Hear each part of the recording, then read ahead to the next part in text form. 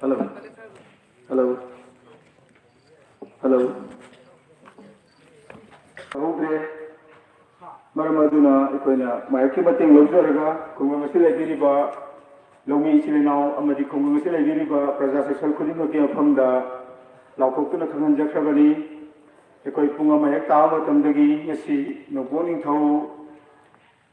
Farmer Producer Company Limited, Haiba, Office Sama.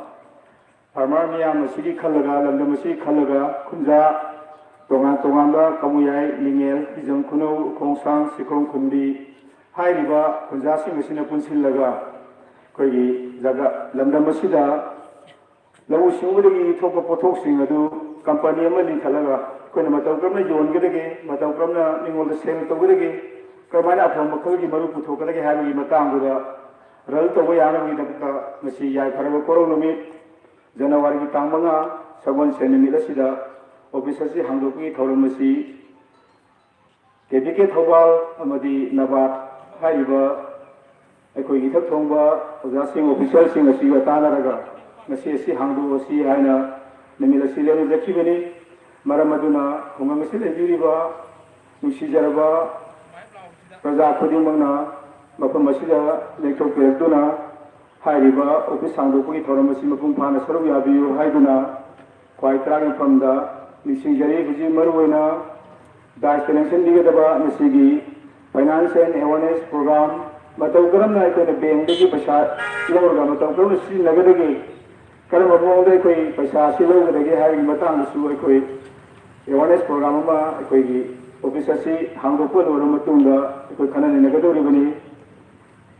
Ekoi lawu singbugi potosing matapurna jongedege taramana to makalgi maru marang putokadege hari matang sukana galori bene lawu singbu haraga ikoina sumnogi ibol sambal kolba lawu singbu adu faktenate kisi khana negadori basida wogi nga yopogi yen yopogi tongan ba san yopogi hari makal kaya se koi laiba akhang hai oja sing sine koida lambi sing du tapi tandirang godori bene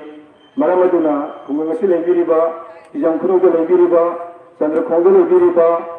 Duga, a Kongsangale Biriba, Kamuyadele Biriba, Ningadele Biriba, China, Ayamba, Makamase, Lakulere, Karamakadi, Ayamba Tumare, Adu Maruina, Office Papa Muriba, they confirm Sigi, Naron Singh, Duga Pamakaki, membership will be clever, China Singh, Hoyu Power, a Promasida, Podona, Udri, Masigi, the Kalavada, Koinumai Tavadu Pawi, Maramaduna Tumatanga, Mapamasile Katire Haraga. Masih lapi riba, akan udasi tetapi kami itu riba ekspresi tetapi kami itu riba sudah mamutan, kau kami mereka kau apa yang kau kerja, produser company mana, hari dulu usia berapa riba, potong sendiri company mana mahu masih lihat pasida, ni ampun mana sojo pergi mereka, sampai thorangi, tahu itu sama kuri musim masida, tunggu mana seni mereka itu si, di pantai tanah betul betul hingga lagi hari baru kita akan kerana negara ini, ada macam macam dah puja sih. Nusijaraba ahal malai guru imai de isinau ise marapani durulana club sansang sing patumatam galeng to kirtuna haiba program sibu office sang to bagi program sibu mutung thana saru yabi haiduna ꯁꯤꯡꯗ ꯂꯥꯡꯖꯔꯤꯕ ꯀꯃꯤꯇꯤꯒꯤ ꯃꯥꯏꯀꯩꯗꯒꯤ ꯍꯟꯅ ꯈ꯭ꯋꯥꯏ ꯇꯔꯥꯝꯅ ꯊꯣꯟꯕ ꯑꯃꯨꯛ ꯍꯟꯅ ꯄꯥꯎꯖꯦꯜ ꯑꯁꯤ ꯄꯤꯖꯔꯤ.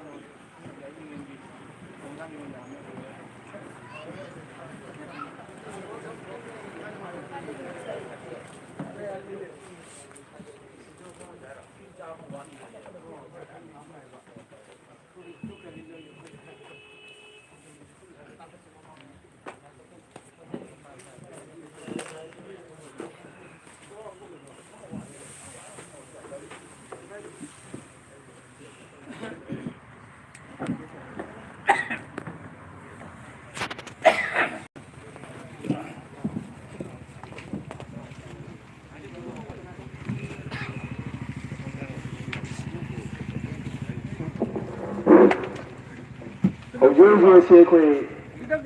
ꯃꯇꯝꯅ ꯌꯥꯗꯕꯅ ꯃꯔꯝ ꯑꯣꯏꯗꯨꯅ ꯑꯩꯈꯣꯏꯒꯤ ꯄ꯭ꯔꯣꯒ꯭ꯔꯥꯝ ꯑꯁꯤ ꯍꯧꯅꯅꯕꯒꯤꯗꯃꯛꯇ ꯑꯩꯈꯣꯏ ꯁꯦꯝ ꯁꯥꯕ ꯄꯨꯝꯅꯃꯛ ꯂꯣꯏꯖꯔꯦ. ꯃꯔꯝ ꯑꯗꯨꯅ ꯈꯨꯡꯒꯪ ꯑꯁꯤꯗ ꯐꯥꯔꯃꯔ ꯀ꯭ꯂꯕꯀꯤ ꯑꯩꯈꯣꯏꯒꯤ ꯁꯤꯌꯥꯔ ꯍꯣꯜꯗꯔ ꯂꯧꯕꯤꯈ꯭ꯔꯕ ꯏꯆꯤꯜ ꯏꯅꯥꯎꯁꯤꯡꯒꯤ ꯃꯔꯛꯇꯁꯨ ꯑꯋꯥꯠꯄ ꯂꯩꯔꯤ. ꯃꯔꯝ ꯑꯗꯨꯅ ꯑꯊꯨꯕ ꯃꯇꯝꯗ ꯂꯦꯞꯊꯣꯛꯄꯤꯔꯛꯇꯨꯅ ꯄ꯭ꯔꯣꯒ꯭ꯔꯥꯝ ꯑꯁꯤ ꯍꯧꯕꯗꯒꯤ ꯌꯥꯎꯕ ꯍꯣꯠꯅꯕꯒꯤꯗꯃꯛ ꯑꯃꯨꯛꯀ ꯍꯟꯅ ꯅꯤꯡꯁꯤꯡꯖꯕꯅꯤ. ꯑꯩꯈꯣꯏꯒꯤ ꯁꯤꯈꯣꯡ ꯈꯨꯟꯗꯨꯗ ꯂꯩꯖꯔꯤꯕ प्रजासिंह मनुंग कोई प्रमुख व्यक्ति share holder Abhishek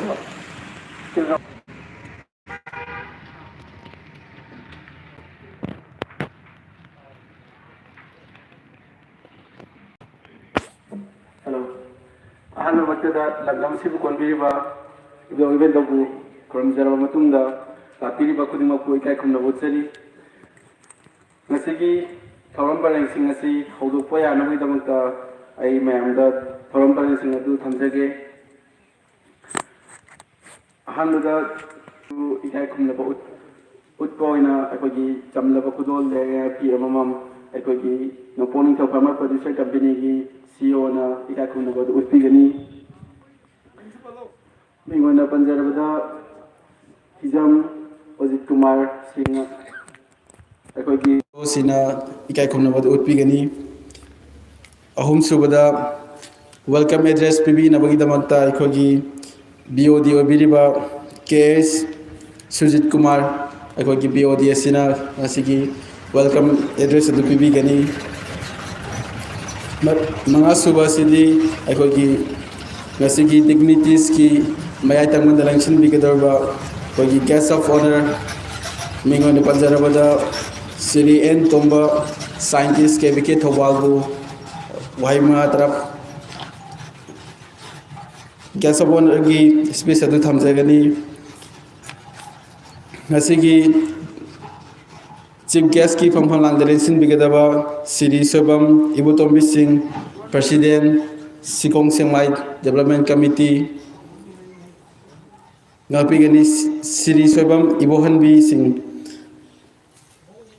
mathangda guest of President ki phangphang lang election bigedoriba aikogi ahalwaraba aikogi APOC gi chairman oina thau pubiriba Sri Soibam Binay Kumar Maitai na ngasigi President ki phangphang lang election bigani Thawam sigi lo selakpada Board of Thanks asi aikogi CEO Mingana Panjabada Hizam Ojit Kumar aikogi CEO sina Noponing to Pharma Producer Company ki CEO na aikogi Board of Thanks asu pibigani arobada light refreshment ama thamjarba matungda aikogi ngasigi financial awareness ki program asi pangthokjagani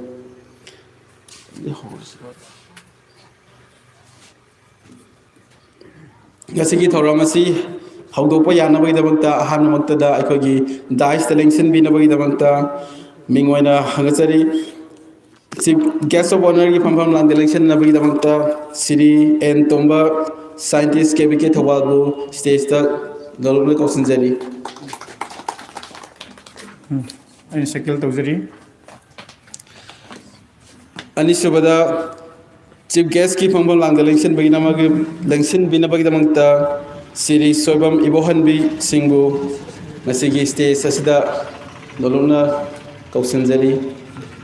Shakil Tawzari ahum subada ngasigi President ki phampham lang election binabagidamakta Sri Soibam Binit Kumar Maitaibu ai mai ki thong ikai khumnabagolena stage takta kausanjari Shakil Tawzari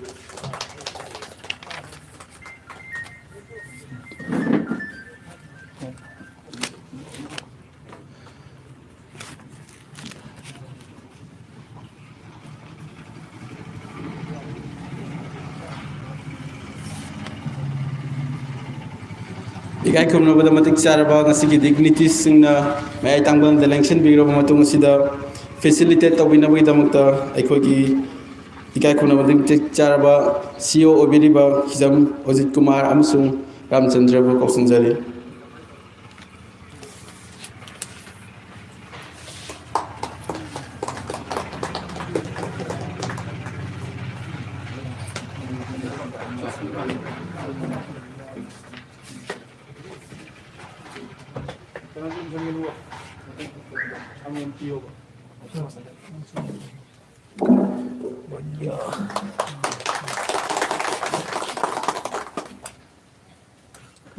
Dengan rồi có xong học được gì chưa?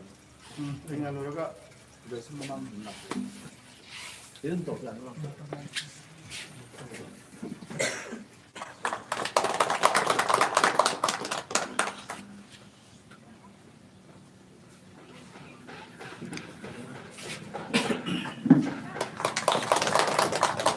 Thakachari Ojawajit Ojit Kumar ngasigi the dignitaries singbu facilitate tawbalo vikraba matong asida kogi function asi hogdokpa yanabagidamakta lem lighting gi thawlam madu tanja du lawjage aduna dice selection biriba ikai khumnabade matik charaba dignitaries singa ngasigi lem asibu light tawinaba khanganjari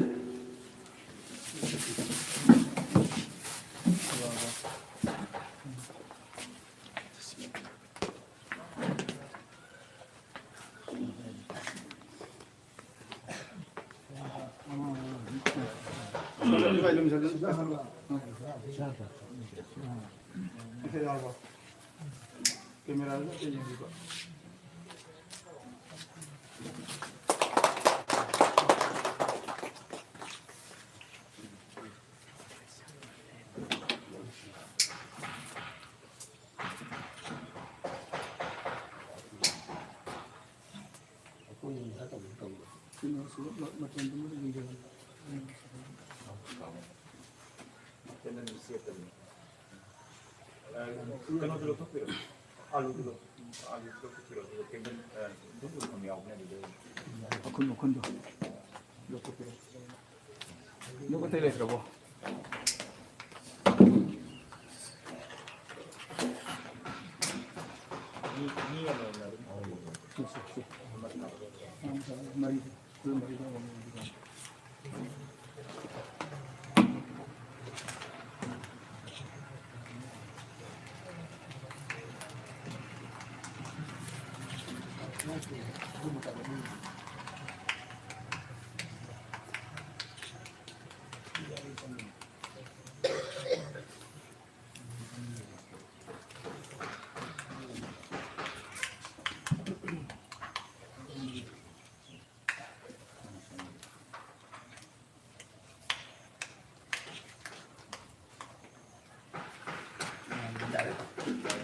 Tagasari.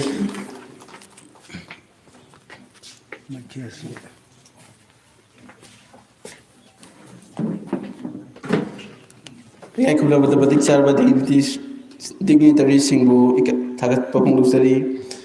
ngasigi singlem na ba function asigi keynote address amusung welcome address thambina bagi damangta aikoi gi BOD su oibiriba Sri Khetri Bayum Sujit Kumar bu stage ta kausanjari.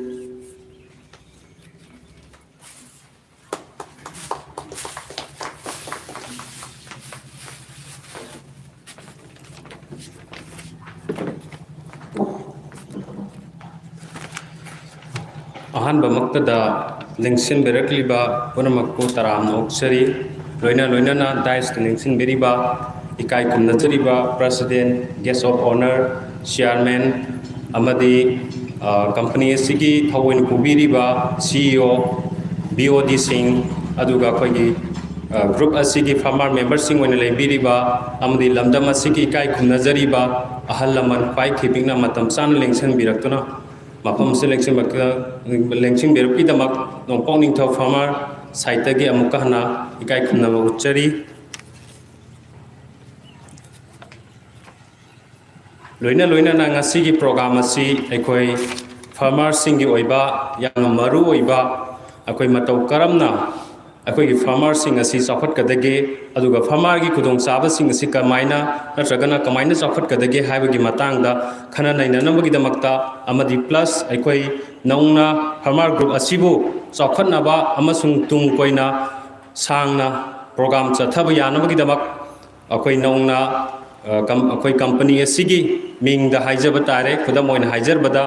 akoi gi office plus store akoi sangabaga thoramga loinana ngasigi program asibu mayamna asinba kyabu kaithopiduna ngasigi asiguma meeting asibu yawba lakbibgi damak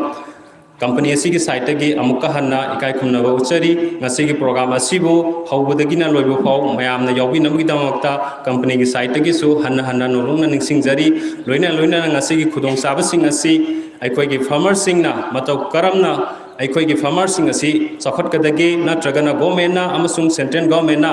pidharaiba aikoi gi opportunity sing se aikoi na matau karamna laugadage amasung aikoi gi pothok se matau karamna hena pothok kadage haibagi matangda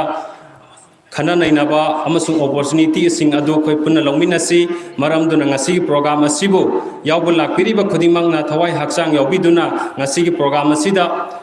mapung phan biu amasung lengbireba khudimangna ngasi program ase loiphok yawbiu haibesigi loina na ai amukka hana mayamdagi khurumjari. Thank you.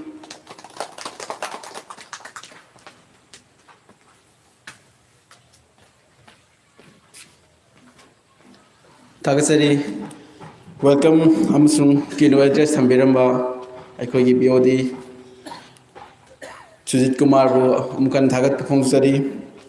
mathang tarakpa sidi ngasigi guest of honor gi famfam lang election biriba Sri N Tomba scientist KBK Thobal bu wahi mangatra thambinaba hajari.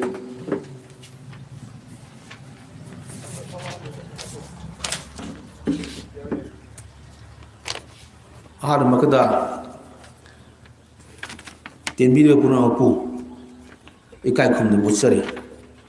karena lamdam masigi kon biriba isorge famda ai maike degi akhoi khrum jabolena ngasi ki program asigi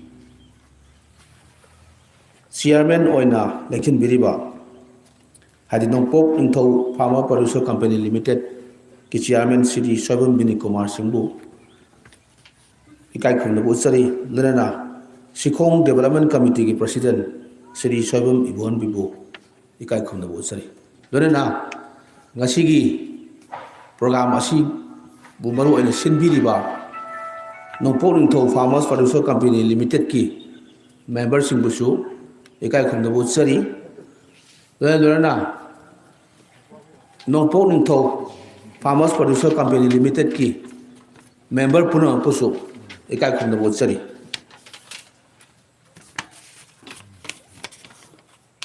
tasengna ngasigi program maru aina khoi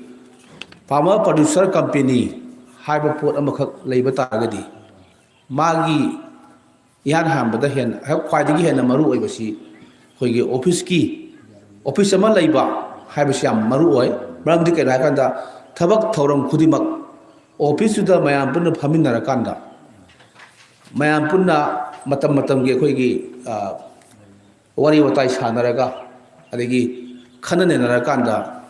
hariba khoigi sakhot porak pa haibadu oigadoi ne ko aduna ngasigi khoigi sumaina sigi company sigi office ama khoigi maruina hoji khoigi da leiriba Farmer Producer Organization mari sigi mongda sina han ba soidana orangune ni khale adana basimak khoigi yamna ka haitare initiation amani sai company si fajana run tawunabagi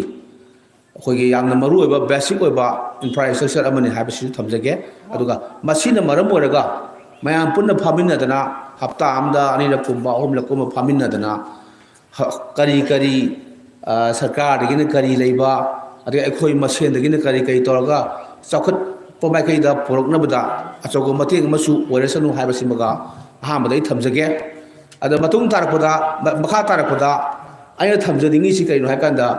haujikse ekhoi international ki market si kaino hakanda company singna loinamak dominate tawga leirabne company yaudana ngasigi haibidi public private sector ki organization si yaudana ne hoi sarkar ama salai bai si yamna wana tho batam ne kudam na hoi India ki sarkar si maksu leiriba multinational company mayam ki makha da leibugum bane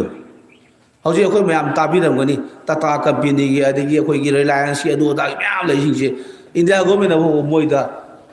haijera ga kari kai thau program mayam su silibne adu sugumba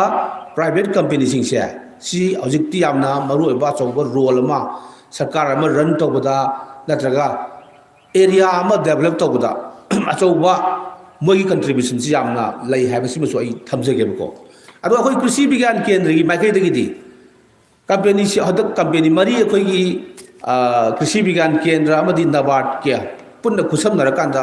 company mari de akhoi hojik akhoi ga chaminari haitai adu aina matang sida thamning basi jamna laibak thi basi kan haikanda maroina akhoi na company sem gi basi akhoi gi farmer ki club sing punjal kan company sema ine ko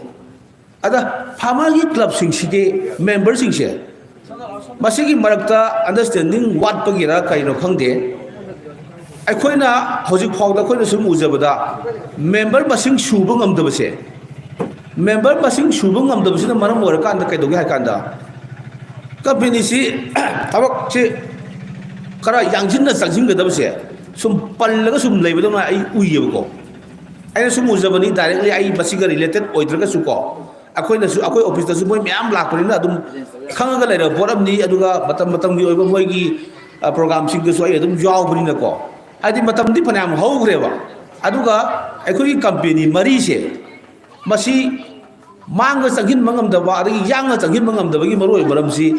member masing suba ngam da basine ko aduna ai ngasi gi tanja si lojaraga ngasi gi mifam si gi tanja si lojaraga ai na haijening si ga kanda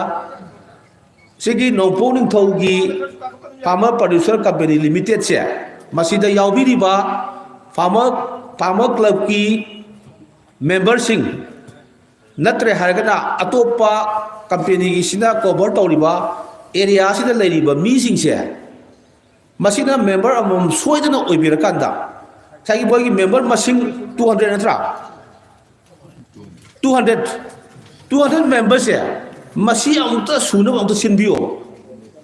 masih hek sudri bawda kai doge hakanda company si mang sanghim ba de thabak haubu ya de leire thabak haubu ya de ko su u leire ko adan nungai te thabak hausi aduga thabak si taunana bagi kai no mayam dudi poram mayam dudi akoi कृषि विज्ञान केंद्र लेरी को कृषि विज्ञान केंद्र से कोई knowledge centre ने mayam gi member sing ki knowledge center ni ahambada member sing sina farmer ama oina adum sanghin minara kanda basic kaino si puthok kodoi leba company amagi raw material hai tare sam sam hai kanda raw material oriba koi ki agriculture amadi allied ki product sing si akoina technology piraga akoina input sing supply tawraka da hariba person ki sector se hana amtuk tawgi jeba tawra matung da gidi masih tahu nama hona badane bahasa adum warga sum laise madu sangga da technology sing akoi कृषि विज्ञान केंद्र की scientist mayam laisna soi soidana adum mating pangani haiba simadi ngak letana akoina ju hairaga laira bot amni adu luri badi company run tawna ba senthang lauthana bagi potse member sudadana adum lai lere once member se suhraba aduga hairiba moigi amount tu suta gadi another chap anaba amount ma pirani haise akoina haitana hai lerabne bogi dang to mating pangna ba sarkar digi leire aduna taba atoppa nabar tagi su so many mayam lauthaba yam leiri yaba yam leiri ba adna machi lengda bisna maram workanda hojiki hari khudi makshe sum pallaga leire adu khoi su dungaite adi dungaite se akoina su hekta madu mating direct hekta pang ba su ngamdabina khoi di ngasi mayam da haijari sine KBK site gi aina represent tawjaraga haijari sine ko amuktam farmer company farmers club ki members sing do amutang gyan tabiu amutang gyan tabiraga member amutang phajana amutang oibiraga puthokam thokpa minimum amount tu puthokpira kada bank ki account ta koi company ki account ta hapsin biro hariba account tu koina nabarta adigi koi gi MSF SC da utlaba tum dei di gedorani sab manaba senfam ma koina claim tawbuda ila na firani adu pirak ta gadi ngasai koina lupa tara buthoga thabak tawbu hawbu yarmado yadre tara buthoga tara butho adi tara hasan dadi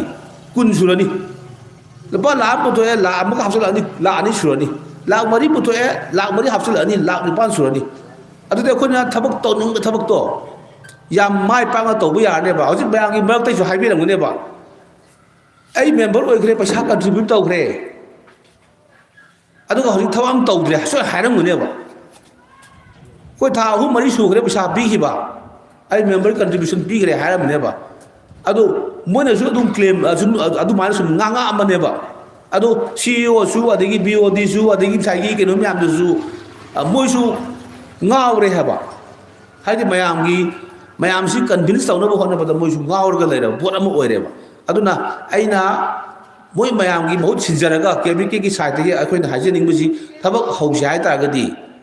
member sing se amukta masing ngta suna mangta gyan ta na member sing kina ko ai khoina sumai toraga yaw draga di thabak se hobu ya dan leire haise haibudi haibiram gune moi myam na hairaga su ai gi makai da su amukka hajeri ba ko amukta thuna enroll tobiro membership enroll tobiro paisa contribute tobiro paisa yamna contribution tawdo sunate aduga akoi makai dagi pangbo yaba KBK ICD adugi potu larakanda nabata haiba MSF da haiba any kaino om da haiba hairakanda madugi potsing do lakadabne bako aduna once again aina muka haijari sini member sing amukta gyan tabiu amadi member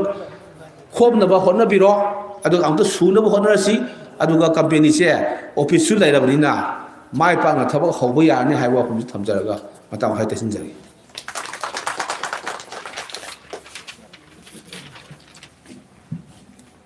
tagat bu phungduk sari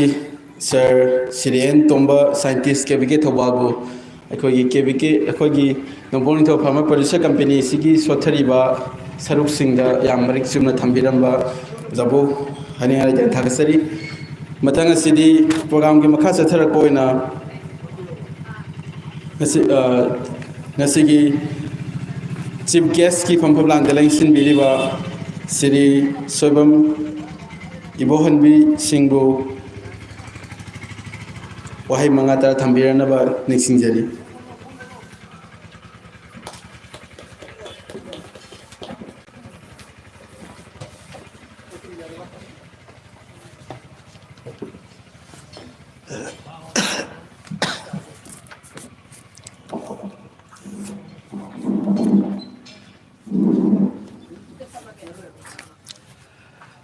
ngasiगी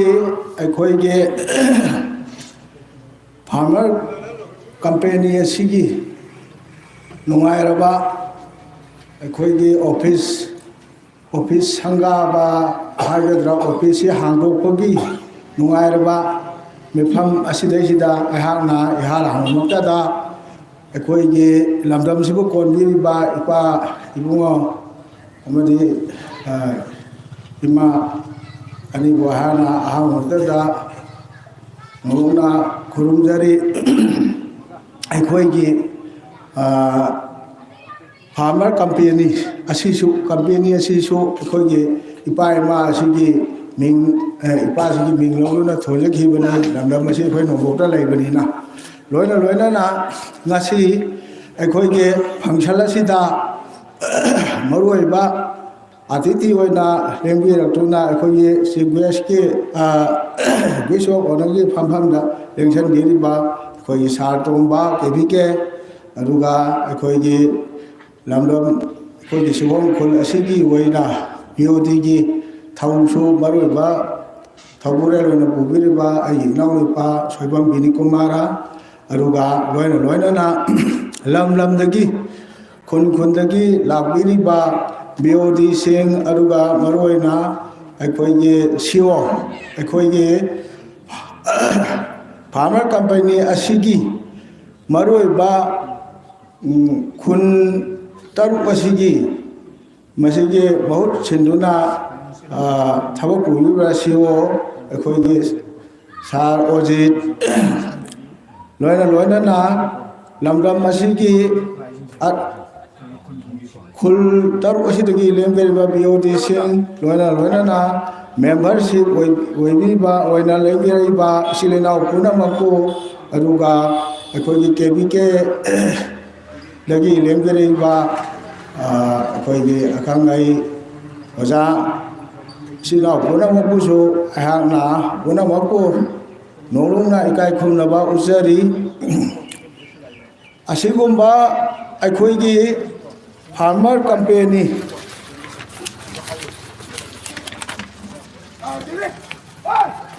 Noko Minthau Farmer Producer Company Limited haiba aikoge sigi company asi thabak asi nahana mangjona na hauba yarabani aikoge tha manga tauki mamangni hauna aikoina masi sigi thabak haunabagi damakta aikoina lamdagi chambi ba silena seng loina na aikogi KBK side gi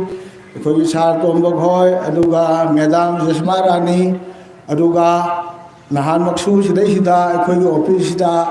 lapera ba nabad ki aikogi wajama soleng bi rame aduna thabasi thama atrki mamang lagi masi hauna na ba membership ama oibada lupa lising ani puthongna gadaba harba paisa sijo khoi manggadaba nate isagi share ni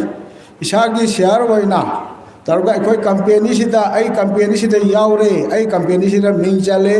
ai company ki mini haibase masiji khoi lupa lising ani si pir kana khoi gi bank account punna haga leidi kun kanu sigi BOD kun tarushigi punjalaga asigumba bank account ma khoi hangibe masidai sida akhoi lupa lising ani se Nopong Minthau Farmer Producer Company Limited Hydra Tholiba mafam ase adu sida sign bodu so yaure masigi सिगुम्बा company असे मसीजिमा लिंखनबगीदमक्ता अहानबा ओइना अखोई share holder ओइना आइसु company की मिनी आई कंपेनी नि नुपोंग थौ फार्मर कंपेनी लिमिटेड हाइबसे मसीगी सिदैसिदा आइसि यावरे हाइबगी अखोइना लुपा लिसिंग अनि सि आइना शेयर सि पुथोगा यावगनेबा अदु आया खरा आया मनदि खंगमनि अदु खंगदबसु फनयामने यावरी भाव तारोसु याम यावरी अदुना मसी पुनमक्से अखोई लाकमिन्नरगा मीटिंग असि तामिन्नरगा अखोइना हाइबा नाता थाजबिद्रगसु ऑफिस दगी केबीके गी कनोदगी लेंबिरइबा अदु ऑफिशियल दगी लाकपिरिबा अखोइगे ओजासिंग पुनमक्सिना लिबिरंबा ताकबिरबसे मसी हाइजननरगा फैरेंग तोरेंग ngang याबा पोट नते तौरिबा थबसि कंपनी अमा लिंखत बगी दमक्ता दायतो मसी अखोइगी सेंथंग पीबीनबगी दमक्ता केबीके थौबाना अखोइगी नाबार्ड का खुसमनरगा अखोइगी सिगुम्बा लौमी सिनमी अखोइ हाना फार्मर क्लब लेरमदगी फार्मर क्लब सि उखोंसांगी सिगोम हिजम खुनौने सिखों खुनबीने अदगी कैनोने कांगमुयाय अदुगा निंगेन चंद्रखोंग असिनि सिंबा अखोइगी सिगी सिदा पुल्लिबसे अखोइ खुन तरुक सिनेबा अदुना अखोइगी कंपनी असि चाखल हनबगी थबक्ति कैनाना दायित्व लौबतगे हाइबदा अखोइ कंपनी सिदा यावरिबा अखोइना आइगी शेयर सि पुथोगा यावरबदिन इसान अखोइना दायित्व से लौरगा आइगी थबकनी अखोइ कैनोसि कंपनी सि चाखल हनदबा यादे हाइबने सिंग वाखलो सिदा सब युना खल्लगा अखोइ कंपनी सि चाखल कदबने अखोइना चाखल हनगे सो अखोइ खुत्ता लेरे चाखल लोय सो अखोइ खुत्ता लेरे अदुना यामना मतम सांगना अखोइ सि थबक सि चंगथनबा यादद्रा पैसा सि तंखाय अमा थमगा तंखाय अमा यावदबसिना मरम मोइदरा असोमदा अखोइना थंगिबा शेयर सि मतुंग इना अखोइ पैसा सि सोरब मतुंगदा नाबार्ड की बैंकना अखोइगी कंपनी सिगी हांगदोकबगी दमक्ता महिलासिदा मतेंग मोइना थादरकने हाइदुना अदुगी थाजबा थमनरगा तौरैबा थबकनी अदुना अखोइ शेयर सि सुद्रबनिना असोमदगी पैसा सिसु सुना थादरपा याददना मरकसिदा सरकसे हिंनार अखोइ थबक सु पन्नुना लेरे अदुना थबक से अखोइना तौसी अखोइ चाखल हनसी हाइबदि अखोइगी खुत्ता लेरे अदुगा थबक सि चाखल रोइसि हाइबदि अखोइ खुत्ता लेरे अदुना मसिगुम्बासि मतंगी मतुंगिना ममांगैदा लौसिंग उबा मतमददि असोम सन्नुंग खरा लोरगा सन्ना कोलौ खोयरगा खोलगा अदगी हारमुन चाइद्रगा सु लौसि पाउ उबा थियमदा लेरमि हौजिकि अनौबा विज्ञानगी चाखल खोंथांग असि साइंटिफिक एज सि वेरकबनिना लौ सिगुबसिसु मतंगी मतुंगिना अवोनबा अहोंबा लाकबनिना लाइबसिदा अखोइ खरा सुम इंद्रगदी हानगी फिबमदुगा हौजिक अनौबा लाइसिगदी खेनबा मयाम लैहरे सरकार नसु मसिदैसिदा अखोइ केबीके थौबाल हाइदर थामिबसे अखोइगी अखंग अहै अखोइगी लौ सिगुबदा मतंगी मतुंगिना सिनगदबा तौगदबा थबक थौरमसिंग पांथोकदबा मतंगी मतुंगिना अखोइगी उगदबा लौ कांगलोल अदुगा तिलहिदा कापगी हार साइबगी नीति नियम याम कुबना सुगाइना केबीके हाइबसिना मदु तमलबगी दमक्ता लौमी अखोइगी ताकपी तमलबगी दमक्ता विज्ञान की सेंगना हाइबदा अखोइगी हुजे सारतोमबसे अखोइगी सेनियर साइंटिस्टनी साइंटिस्ट हाइसि करिनो हाइबदा अखोइगी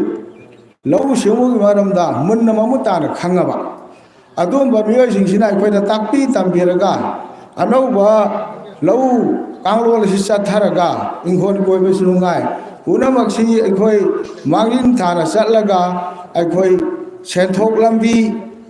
लैनबगी दमक्ता लौमी सनी ओइरबा अखोइ से सेंथोक लंबी याम मरां काइना पुथोकपा ngamnaba अदुम्बा लंबी दने अखोइना हौजि चांगजलिबसे अदुना पुनमक असिदैसिदा अखोइ खुंजा सिदा लैरिबसि अयामना लौमी सनी ngakdani nupi angang adagi naharol horaiba aduga ahansing खुदिमक लोइना मसिदा यावरगा खनमिनाबगी तंगाई फदबा लेब्रा हाइना अहांना मीटिंग असिदा अइना निसिंजरी अदुना ख्वाइदगी मरु ओरबदे अखोइसु अहल ओरबनिना हुजिक मसि लौ सुबाई थबगदि तोकबदि यारोय अखोइ चादबा यादबनिना लौ सुबगी थबग इखों कोइबगी मना मसि पुथोगा अखोइसि हिंगीबनी चारगा हिंगीबनेबा मरुना मसि थबगसि तोकबा याद्रबा अबा ओइबनिना अखोइ मसिदैसिदा नहारोल हौरइबा अदुगा खुदिमक से थवाई यामना यावफम थोकनाइना खनजै मरुना अखोइ अहल ओइबा अखोइगिदि अहल ओइरगरा सिगुम्बा मतमगी तौरिबा कैनोसिंगसि खरा सिगुम्बा लैना मयामना अखोइ उथोकजबै वानी अखोइना पांगल लैत्रे अखोइ सिदैसिदा हौरइबा लाइलासु हइबा MA BA पास तौबा अदगी मयाम अमा लैख्रे मोइसिंग असि अरेमबदा असुम लैबगी महुत्ता सिगुम्बसिदा माना लौसिंग उबदा ओइरो अमाबदा ओइरो महिदा थवाई याउना मसिगुम्बसिसु लौ उब कांगुना सिदैसिदा थवाई याहोनिंगी तौरिबा थबसि मपुंग फानबगिदमक्ता अदुगा अमरोमदा मागे मिस्त्री ओइबा अमा मागे लाइलते चखिउना माइ मागे अदोमदा असुम होनगिबा यारे अदुगा तंगाई फदना मसिदा याउरिबा अखोइगी फार्मर कनो प्रोड्यूसर कंपनी हरबसिदा याउरिबसि चुमनगे लौ उब खक्तनते इंगोन कोइबा खक्तनते अखोइगी वोक लोइबा ये लोइबा अदगी nga योकपा मखन खुदिंगबाकी अखोइगी सेंथोक लंबी लाखफमसि लोइना मसिदैसिदा लैबा अदुगा हारिबा पोसिंगसि पुथोगा अखोइना पोसि योनबगिदमक्सु अखोइ कंपनी मा हाइसि तसेंग हारगदि मयामनसु हेन खंबिरमनि कंपनी हारिसि साइ अखोइ सा तुमि हाइबिग्रे कंपनी अमा हाइबसे हौजिक्ति कैनो फार्म लो हंदक्तसु अखोइगी कैनोदा राय सभादा फार्म लोगी मतांगदा फार्म लो थंब यानी यारो येनदना पार्लियामेंट तमलगिदना अदुनसु पास तौरबनिना अयामबना मसि लागदो पोसे अखोइना सुम खंजमतमदा लना इंडिविजुअल थबक सिंजे लोइना फेल वकदो माले अदुना सिगुम्बा कंपनी अमा सेमगा कंपनी सि फजना यूनिटी ओइना लेरगा कंपनी सि यामना थुना साखलगा मांगिन थाना सरहोबा मसिगी तंगाई फदबा लेरकनी हाइबसे आइगी थाजबा अहल मोइना आइ थमजगे अदुना खुदिमक थवा यामिनसि अखोइगी थबा से पन्नुना लैरिबासे खरे थुना अखोइगी शेयरसिंगसि थमजनबिरगा अदुगा मफम ऑफिसु मफमसिदा हांगे अदुना अखोइगी चावखनबा लंबिसिदा पुनमक थवाई यावना संगिमिनसि अदुगा कंपनीसि हिंगनसि हाइबा कंपनीसि चावखल मतमदा अखोइगी सेंथोक लंबी लाकनी अखोइगी चावखलकनी खुदिंग अखोइना तौनिंगबा लोइना तौबा यारकनी सो मवाफमसि आई थमजगे अदुना यामना थोइदोक हेंदोना यामना सांसु नांगजरोय अदुना मसिगुम्बा चावखलबगी लंबिसिददि अमा ओइरो नुपी अंगांग अदगी हौरइबा नहासिंजे मरुना आइदि मोइ अयाबा यावनि अंगांग हियाव यादे अखोइगी खोलकी अंगांग हिजे मरुना अदुगा इजम खनौदगी अदगी इंगवरोकी अदुगा लम खोंसांगिसु नहासिंजे खरा थवा यावबा अखोइ खुनिसु मरुना नहा लाई हइबा भयाम लैरिने अदु खरा याव हाइबसि याबिदे अदु मोइसे अखोइ करमाइ तौरगा अंत याहोनसिगे हाइबसे तानरगा मोइसु याहोनबा वाफमसे आई अखोइगी खुंजासिंगे मफमदसु आई थमजगे खुनी प्रेसिडेंट अमा ओइना अदुना मसि हिना तौरकपा मतमदा कानगदौरिसि अखोइगी पोथोक पुथोकबसु अदगी थादोकबगिसु लाकदब इनकम मयाम मसिगी कनो तसि कंपनी हसिना लोइन मसिदा अदगी लाइलासु हाइबा मोय कनो सुननबा से सांग सुननबा कंप्यूटर हाइबा अदगी मरुइना सिदा सारवेसि बाजार सेल अमा साबगे अयाबा लैरे साबिरानी हाइद्रा अखोइगी खनदुना लैरे मफमसिदा ऑफिसु हांगे अदुना पुनमक चाखुतबसे अखोइगी जगासिदा लैबा अखोइना थवाई खरा यावसनसि हाइबा वफमसे थमजरगा वा ngangugi tangkangse स्वाइदा लोइसनजगे पुनमकु खुरुमजरि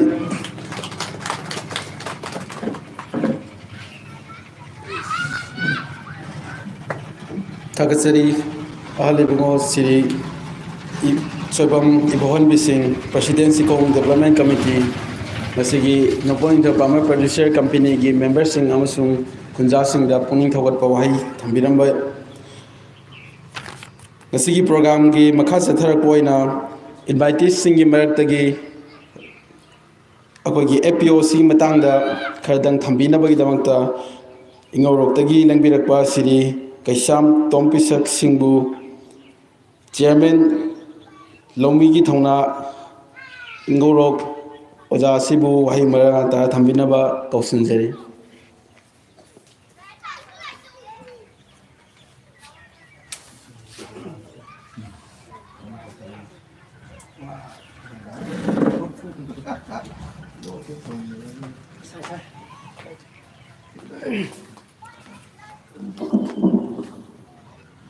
Magdada lamdam sibu konbiriba ibdo event ani buthago nazaraga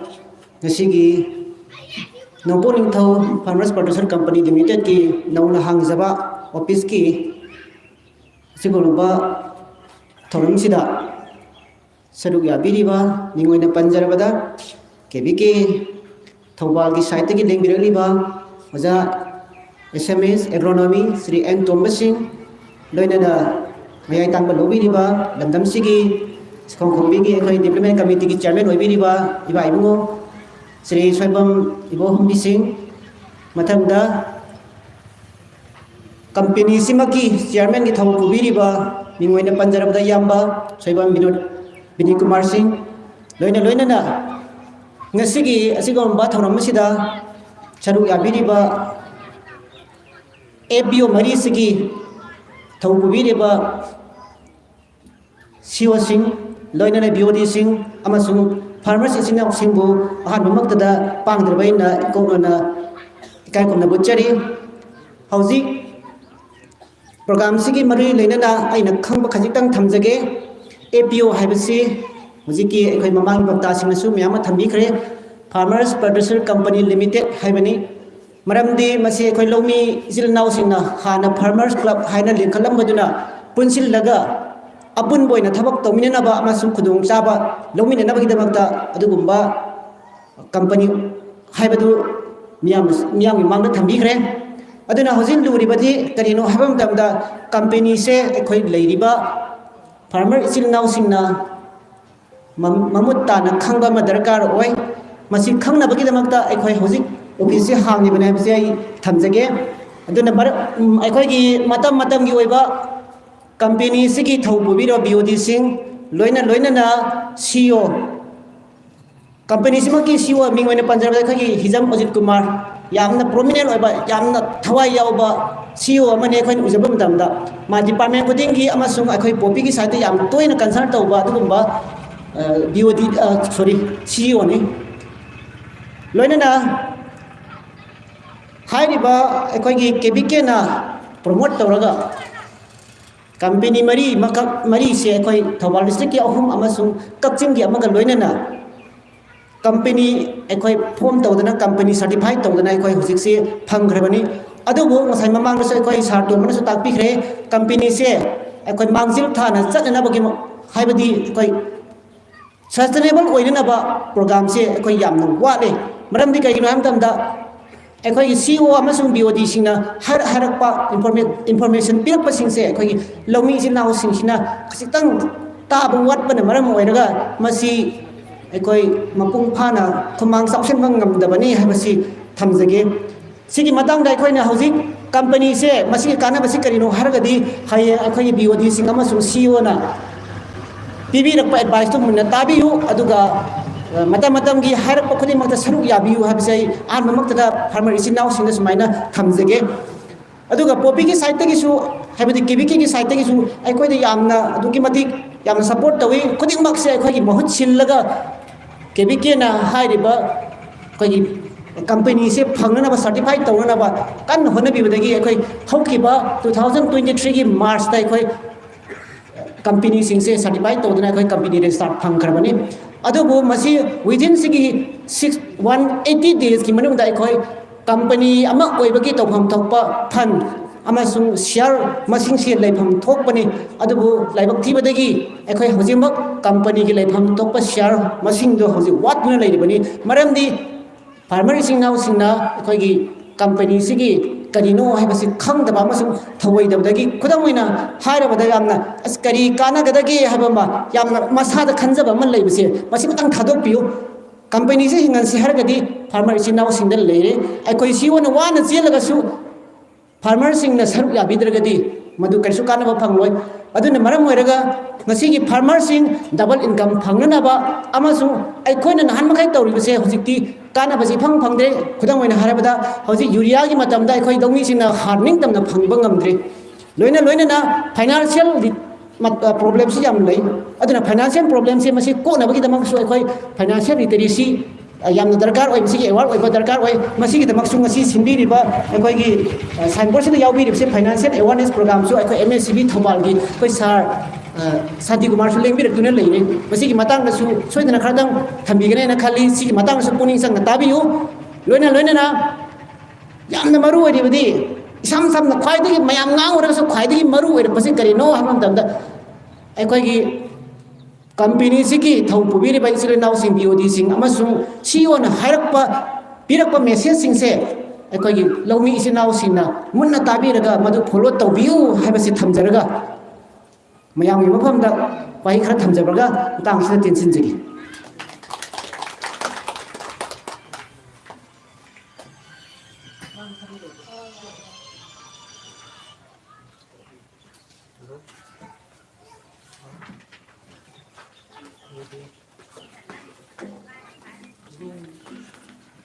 Thakasari Oza Siri Kaisham Tongpaisak Singh Chairman Longmi gi thongna ingo roku ngasigi thoram siga mari lenana wahi kha thambiramba makha tarakpa sidi aikoi gi CEO gi thopubiriba Kauren Faba CEO APO gi CEO na thopubiriba Romario Maibambu ngasigi thoram asida mari lenaba wahi kha thambirana ba kausinjari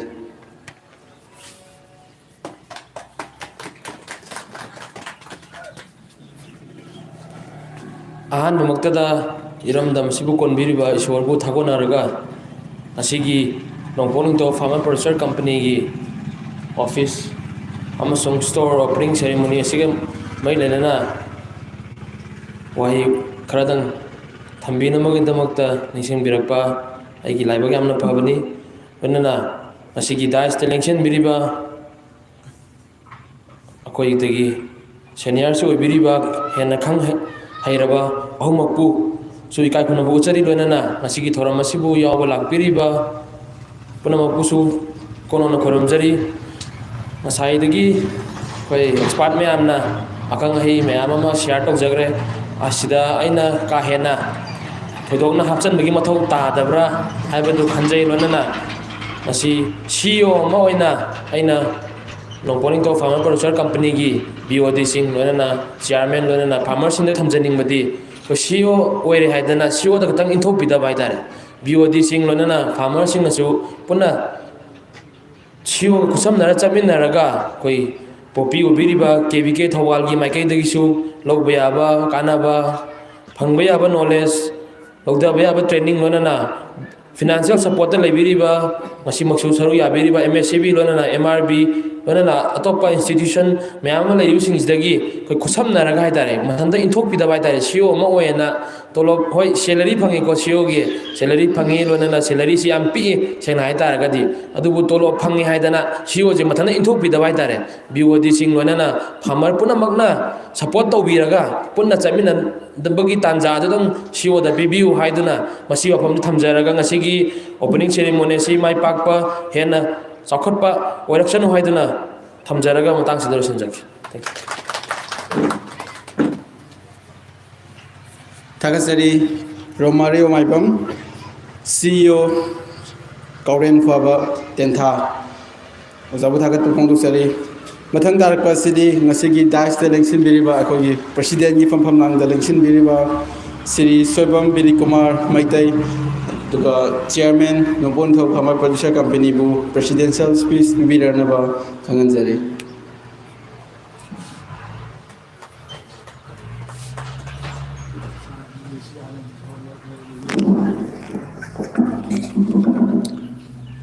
Ngasigi tinbiriba mipum khudimangpu ahanbamantada thagatpa phongdoksari aduga lamdam asibu konbiriba nongpong ningthau ima ibema apan thuibibusu hana hana ikai khumnajari aduga siga loinana ngasigi geso owner amadi chief guest busu kai khumnaba sari aduga loinana ngasigi lamdagi lakpiriba kai khumnaba namatik saraba aikoigi company sigi CEO sing amadi member sing aduga kai khumnaba namatik hena saraba aikoigi maibel sing punamakusu ahan muktada kok nonjari aikoi ngasi si January tarik 5 sangosi numit yai pharaba korong numit sida kari maramgi aikoina hariba mifam asi pangthoibano haibagi matangda koi sugaina amtang ningsingjake aikoi hanadi farmer club aina salami aikoi kudimakse farmer club ki matengna aikoi har loba agriculture dagi se thaba sumaina salambadagi farmer khaktana di aikoi saukhat pasi yadabana maram oiraga apunba ama company ama semba haina aikoi gi chemical thawal amadi nabarna tawbireraga sinbiraga aikoi company mari kha tingkase company mari se hoita su akoi CEO na dakbi gi duni karamaina company link hibuno haibusu su akoi hudungna bhap tabang amhauti KBK thawal na kaubadagi aikoi hariba kainusingse aikoi gyan tajarapadi adur maram oraga aikoi sikong yoiba apun basi kana kana no khunji punjaleraga semba company se sikong hijam kunau ukhong sang kangmayai sandrakho ningel hariba company khulmai tarukse punjalaga company masai adubu yamna luribadi kari maramgi company si semi bono haibadi isana isab thab bijanabagi damak tani haidna sumai tawdana aikoigi KBK ke aikoigi head scientist koi Jasmarani madam na takpiraki aikoi su ahan bane karinta khangmanate kari maramgi company si lingino kanana kari tawdurino karamani sahut kadurino haibasi amambadale kaino ahan manina adu company si mathang labu ka ida CEO gi matang makhak lai CEO khanbai matang se yamni very important we kari no bo koi lawai thawai sta labor we le ya sin dari sing sti ayamna computer haibase ka hena sinadabana atop to pai se dadi adu gi matik yam lai he MBA tambak MC tambako mayam lai re adu ba khoi gi ruel rajda di sigum computer lines di da yam khungda ba sidi lai da mina CEO ji thina na bo na bada angak poi no wai adu ya khoi gi awa ba do ubi da na sarkar na khoi lai diba singchina na bar sina all manipur dagi khoi khabar kagas ta tawduna thabi thar madungda hariba kaino singse CEO singsi magi select tawbi bane hana di sumpang phangmana di masi khana nam hona bada kadai da kai lege na chen bada no mo chen mana ya bana te adugi mati wa yaw da busu ya da ba aduga thi da busu ya da ba sigong de puthoi su leita ba khongjang de puthok busu leita ba khunong de puthok busu asai manung sida leiriba BOD oi thokhraba oi basina su amung ya di haiba sumai tawdana aikoi gi leiriba sing sidida CEO gi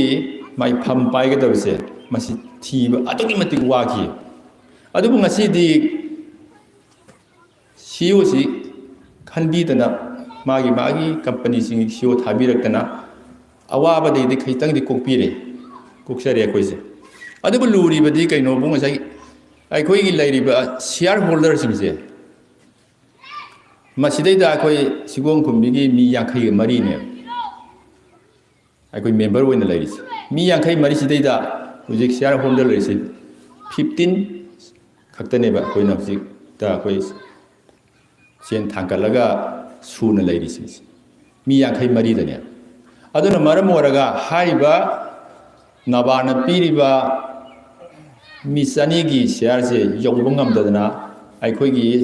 ꯀꯩꯅꯣꯁꯤꯡꯁꯤ ꯐꯪꯁꯟꯁꯤ ꯇꯧꯕ ꯉꯝꯗꯅ ꯑꯩꯈꯣꯏ ꯂꯩꯔꯤꯕꯅꯦꯕ ꯍꯧꯖꯤꯛꯁꯨ ꯑꯗ ꯑꯩꯈꯣꯏꯅ ꯌꯥꯝꯅ ꯊꯨꯅ ꯒ꯭ꯌꯥꯟ ꯇꯥꯃꯤꯟꯅꯗꯅ ꯏꯁꯥꯅ ꯑꯩꯈꯣꯏꯒꯤ ꯐꯪꯉꯤꯕ ꯑꯩꯈꯣꯏꯒꯤ ꯈꯥꯏꯒꯠꯂꯛꯏꯕ ꯁꯦꯟꯁꯦ ꯕꯦꯡꯛ ꯑꯦꯀꯥꯎꯟꯅꯦꯕ ꯂꯩꯔꯤꯁꯦ ꯃꯥꯡꯒꯗꯕ ꯁꯦꯜ ꯅꯠꯇꯦ ꯑꯃꯨꯛ ꯆꯠꯂꯒ ꯂꯧꯊꯣꯛꯎꯕ ꯌꯥꯕ ꯑꯗꯨꯒꯨꯝꯕ ꯑꯦꯀꯥꯎꯟꯗ ꯍꯥꯞꯄꯅꯦꯕ ꯑꯗꯨꯕꯨ ꯃꯔꯨ ꯑꯣꯏꯔꯤꯗꯤ ꯀꯩꯅꯣꯕꯨ ꯀꯔꯝꯍꯥꯏꯅ ꯇꯧꯗꯅ ꯀꯝꯄꯅꯤꯁꯤ ꯍꯦꯟꯅ ꯆꯥꯎꯈꯠꯀꯗꯒꯦ ꯍꯥꯏꯕꯒꯤ ꯃꯇꯥꯡꯁꯤꯗꯩꯗ ꯑꯦꯋꯥꯔꯅꯦꯁꯁꯦ ꯍꯟꯅ ꯍꯟꯅ ꯄꯤꯔꯒꯁꯨ ꯂꯥꯛꯄꯤꯌꯨ ꯌꯥꯗꯕꯁꯤꯅꯦꯕ ꯄꯤꯒꯦ ꯍꯥꯏꯔꯁꯨ ꯂꯥꯛꯄꯤꯌꯨ ꯌꯥꯗꯕ ꯂꯥꯛꯇꯕꯒꯤ ꯃꯔꯝ ꯑꯣꯏꯔꯒ ꯇꯥꯍꯧꯗꯕꯗꯨꯅ ꯀꯝꯄ꯭ꯂꯦꯟ ꯑꯃꯨꯛ ꯂꯥꯛꯈ꯭ꯔꯦ ꯑꯩꯈꯣꯏꯗꯤ ꯇꯥꯍꯧꯗꯦ ꯑꯩꯈꯣꯏꯗꯤ ꯍꯥꯏꯕꯤꯔꯛꯇꯦ ꯑꯩꯈꯣꯏꯗꯤ ꯈꯪꯍꯜꯂꯛꯇꯦ ꯑꯗꯨꯅ ꯃꯁꯤꯒꯤ ꯀꯟꯐ꯭ꯌꯨꯖꯟ ꯑꯃꯈꯛ ꯑꯩꯈꯣꯏꯗ ꯂꯩꯌꯦꯕ ꯑꯗꯨ ꯉꯁꯤꯒꯤ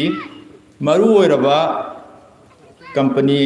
ꯑꯃꯒꯤ ꯈꯨꯜ ꯇꯔꯨꯛꯀꯤ ꯀꯝꯄꯅꯤ ꯑꯃꯒꯤ ꯑꯣꯐꯤꯁ ꯑꯃꯈꯛ ꯂꯤꯡꯗꯕ ꯌꯥꯗꯕ ꯇꯥꯟꯅꯗꯕ ꯌꯥꯗꯕ ꯃꯔꯝ ꯑꯣꯏꯗꯅ ꯑꯩꯈꯣꯏꯁꯦ ꯑꯣꯐꯤꯁꯁꯤꯡꯁꯤ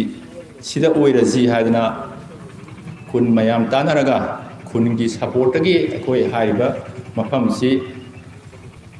ꯑꯩꯈꯣꯏꯒꯤ ꯄꯨꯟꯐꯝ ꯑꯃ ꯉꯥꯛꯇꯪ ꯇꯥꯟꯅꯐꯝ ꯑꯃ ꯑꯣꯏꯖꯕꯅꯤ ꯃꯁꯤꯗ ꯑꯩꯈꯣꯏꯒꯤ ꯂꯩꯔꯤꯕ ꯀꯝꯄꯅꯤ ꯍꯥꯏꯅ ꯂꯤꯡꯉꯤꯁꯤꯒꯤ ꯃꯦꯝꯕꯔ ꯈꯨꯗꯤꯡꯃꯛꯁꯨ ꯍꯧꯖꯤꯛ ꯁꯨꯅ ꯂꯥꯛꯇ꯭ꯔꯤ ꯑꯗꯨꯅ ꯃꯤꯄꯨꯝ ꯈꯨꯗꯤꯡꯃꯛꯅ ꯁꯨꯅ ꯂꯥꯛꯄꯤꯔꯒ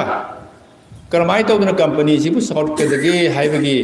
ꯅꯤꯇꯤ ꯅꯤꯌꯣꯝꯁꯤꯡꯗꯨ ꯇꯥꯛꯅꯅꯕꯒꯤꯗꯃꯛꯇ ꯈꯪꯅꯅꯕꯒꯤꯗꯃꯛꯇ ꯂꯥꯛꯄꯤꯌꯨ ꯍꯥꯏꯕꯁꯨ ꯌꯥꯗꯕ ꯂꯥꯛꯇ꯭ꯔꯒꯗꯤ ꯈꯪꯗ꯭ꯔꯦ ꯈꯪꯗ꯭ꯔꯒꯗꯤ ꯑꯩꯈꯣꯏ ꯃꯝꯃꯦ ꯑꯃꯝꯕꯗ ꯁꯨꯝ ꯂꯩꯕꯁꯤꯒꯤ ꯆꯤꯔꯥ ꯁꯤꯅꯦꯕ ꯑꯗꯨꯅ ꯑꯩꯈꯣꯏ ꯈꯨꯗꯤꯡꯃꯛꯅ ꯀꯝꯄꯅꯤ ꯑꯃꯅ ꯇꯧꯒꯗꯕ ꯆꯠꯀꯗꯕ ꯏꯊꯧꯁꯦ ꯀꯔꯤꯅꯣ ꯍꯥꯏꯕꯁꯦ ꯑꯩ ꯏꯁꯥꯃꯛ BODꯅꯤ ꯑꯣꯔ CRMꯅꯤ BOD ꯑꯃ ꯍꯥꯞꯀꯦ ꯍꯥꯏꯕ ꯃꯤ ꯂꯩꯇꯦ ꯏꯁꯥꯅ BODꯁꯨ ꯑꯃ ꯑꯣꯏꯁꯟꯕ CRMꯁꯨ ꯑꯃ ꯄꯥꯏꯕꯅꯦꯕ ꯀꯩꯅꯣ BOD ꯑꯣꯏꯅꯅꯕ ꯃꯤ ꯂꯩꯇꯕ ꯑꯗꯨꯅ ꯑꯩꯅ CRM ꯄꯥꯏꯔꯤꯁꯤꯗꯤ ꯈꯨꯟ ꯇꯔꯨꯛꯁꯤꯒꯤ ꯑꯩꯈꯣꯏꯒꯤ ꯏꯆꯤꯜ ꯏꯅꯥꯎꯁꯤꯡ ꯃꯌꯥꯝꯅ ꯈ꯭ꯋꯥꯏꯒꯤ ꯑꯍꯜ ꯑꯣꯏꯔꯦ ꯍꯥꯏꯅ CRM ꯑꯣꯏꯅ ꯍꯥꯞꯈꯤꯕꯅꯦ ꯐꯥꯔꯃꯔ ꯀ꯭ꯂꯕ ꯑꯃ ꯀꯔꯤꯅꯣ ꯍꯥꯏꯕꯁꯦ ꯑꯩ ꯁꯨꯗꯣꯛꯅ ꯈꯪꯗꯦ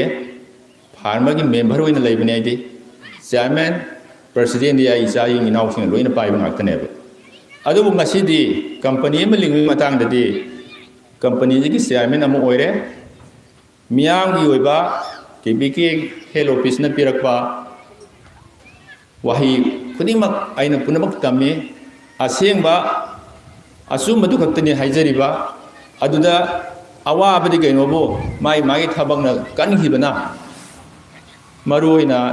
ꯈꯟꯅꯕꯁꯤꯗ ꯌꯥꯎꯕ ꯉꯝꯗꯕꯁꯤꯅ ꯃꯔꯨ ꯑꯣꯏꯌꯦꯕ ꯑꯗꯨꯅ ꯌꯥꯔꯒꯗꯤ ꯍꯦꯟꯅ ꯃꯔꯨ ꯑꯣꯏꯔꯤꯗꯤ ꯀꯩꯅꯣꯕꯨ ꯀꯝꯄꯅꯤꯁꯤ ꯀꯔꯤ ꯇꯧꯕꯒꯤ ꯀꯃꯥꯏꯅ ꯆꯥꯎꯔꯛꯀꯗꯒꯦ ꯍꯥꯏꯕꯁꯤꯅꯦꯕ ꯏꯁꯥꯅ ꯏꯁꯥꯕꯨ ꯊꯕꯛ ꯄꯤꯖꯕꯅꯤ ꯀꯅꯥꯅ ꯇ꯭ꯔꯦꯅꯤꯡ ꯇꯧꯏ KBKꯅ ꯅꯕꯥꯔꯅ ꯑꯥꯗꯒꯤ ꯁꯦꯡꯁꯟ ꯊꯥꯗꯕꯤꯔꯛꯀꯅꯤ ꯑꯩꯈꯣꯏꯅ ꯄꯩꯁꯥ ꯁꯨꯗꯃꯤꯅ ꯕꯦꯡꯛ ꯑꯦꯀꯥꯎꯟꯗ ꯑꯗꯨꯝ ꯂꯩꯅꯤ ꯑꯩꯈꯣꯏ ꯁꯤꯗ ꯐꯪꯁꯟ ꯇꯧꯕ ꯌꯥꯔꯔꯣꯏ ꯃꯔꯝ ꯑꯗꯨꯅ ꯑꯩꯈꯣꯏꯅ ꯇꯥꯟꯅꯅꯕꯒꯤꯗꯃꯛꯇ ꯑꯩꯈꯣই ꯈꯨꯗꯤꯡꯃꯛꯁꯦ ꯐꯝꯐꯝ ꯂꯩꯇꯕꯅ ꯃꯔꯝ ꯑꯣꯏꯔꯒ ꯇꯥꯟꯅꯐꯝ ꯂꯩꯇꯕꯅ ꯃꯔꯝ ꯑꯣꯏꯔꯒ ꯍꯥꯏꯔꯤꯕ ꯃꯐꯝꯁꯦ ꯑꯩꯈꯣꯏꯒꯤ ꯈꯟꯅꯐꯝ ꯇꯥꯟꯅꯐꯝ ꯑꯃ ꯁꯤꯟꯕ ꯃꯇꯝꯗ ꯍꯥꯏꯔꯤꯕꯁꯤꯅ ꯈ꯭ꯋꯥꯏꯗꯒꯤ ꯍꯦꯟꯅ ꯐꯔꯦ ꯃꯐꯝ ꯁꯦꯟꯇꯔ ꯑꯣꯏꯔꯦ ꯈꯣꯡꯁꯥꯡꯂꯣꯝꯗꯒꯤ ꯂꯥꯛꯄ ꯑꯣꯏꯔꯒꯁꯨ ꯆꯟꯗ꯭ꯔꯈꯣꯡꯂꯣꯝꯗꯒꯤ ꯂꯥꯛꯄ ꯑꯣꯏꯔꯒꯁꯨ ꯃꯐꯝ ꯈꯨꯗꯤꯡꯃꯛꯇꯒꯤ ꯃꯩꯗꯒꯤ ꯂꯥꯛꯄ ꯑꯣꯏꯔꯒꯁꯨ ꯍꯥꯏꯔꯤꯕ ꯃꯐꯝꯁꯤꯅ ꯌꯥꯝꯅ ꯁꯦꯟꯇꯔ ꯑꯣꯏꯔꯦ ꯍꯥꯏꯗꯅ ꯃꯁꯤꯗ ꯑꯩꯈꯣই ꯁꯥꯏꯟꯇꯤꯁ ꯍꯦꯠ ꯑꯩꯈꯣꯏ ꯁ꯭ꯃꯥꯔꯠ ꯑꯥꯔꯤꯅꯁꯨ ꯁꯤꯗ ꯑꯣꯏꯔꯣ ꯍꯥꯏꯅ ꯇꯧꯕꯗꯒꯤ ꯁꯨꯃꯥꯏꯅ ꯑꯣꯏꯈꯤꯕꯅꯤ ꯑꯗꯨ ꯉꯁꯤꯗꯤ ꯇꯤꯟꯕꯤꯔꯤꯕ ꯃꯤꯄꯨꯝ ꯈꯨꯗꯤꯡꯃꯛ ꯑꯗꯨꯛꯀꯤ ꯃꯇꯤꯛ ꯅꯨꯡꯉꯥꯏ ꯊꯃꯣꯏꯗ ꯅꯨꯡꯉꯥꯏꯕ ꯐꯥꯎꯏ ꯄꯨꯝꯅꯃꯛꯁꯤ ꯒ꯭ꯌꯥꯟ ꯇꯥꯔꯕ꯭ꯔꯥ ꯍꯥꯏꯅ ꯈꯟꯖꯩ ꯑꯗꯨꯅ ꯌꯥꯔꯒꯗꯤ ꯍꯧꯖꯤꯛꯃꯛꯁꯨ ꯂꯩꯔꯤꯕ ꯁꯤꯌꯥꯔ ꯍꯣꯜꯗꯔꯁꯤꯡ ꯈꯥꯏꯗꯅ ꯇꯧꯔꯤꯕ ꯈꯥꯏꯒꯠꯂꯛꯇ꯭ꯔꯤꯕ ꯃꯤꯄꯨꯝ ꯈꯨꯗꯤꯡꯃꯛꯇꯁꯨ ꯁꯤꯌꯥꯔ ꯍꯣꯜꯗꯔꯁꯤꯡꯁꯤ ꯂꯧꯁꯤꯜꯂꯒ ꯀꯝꯄꯅꯤꯁꯤ ꯑꯃꯨꯛꯇꯪ ꯂꯤꯡꯈꯠꯄꯗ ꯃꯇꯦꯡ ꯄꯥꯡꯕꯤꯌꯨ ꯍꯥꯏꯕꯁꯤ ꯍꯥꯏꯖꯔꯒ ꯃꯤꯌꯥꯝꯒꯤ ꯃꯐꯝꯗ ꯉꯁꯤꯒꯤꯗꯤ ꯃꯇꯥꯡ ꯑꯁꯤ ꯇꯦꯟꯁꯤꯟꯖꯒꯦ꯫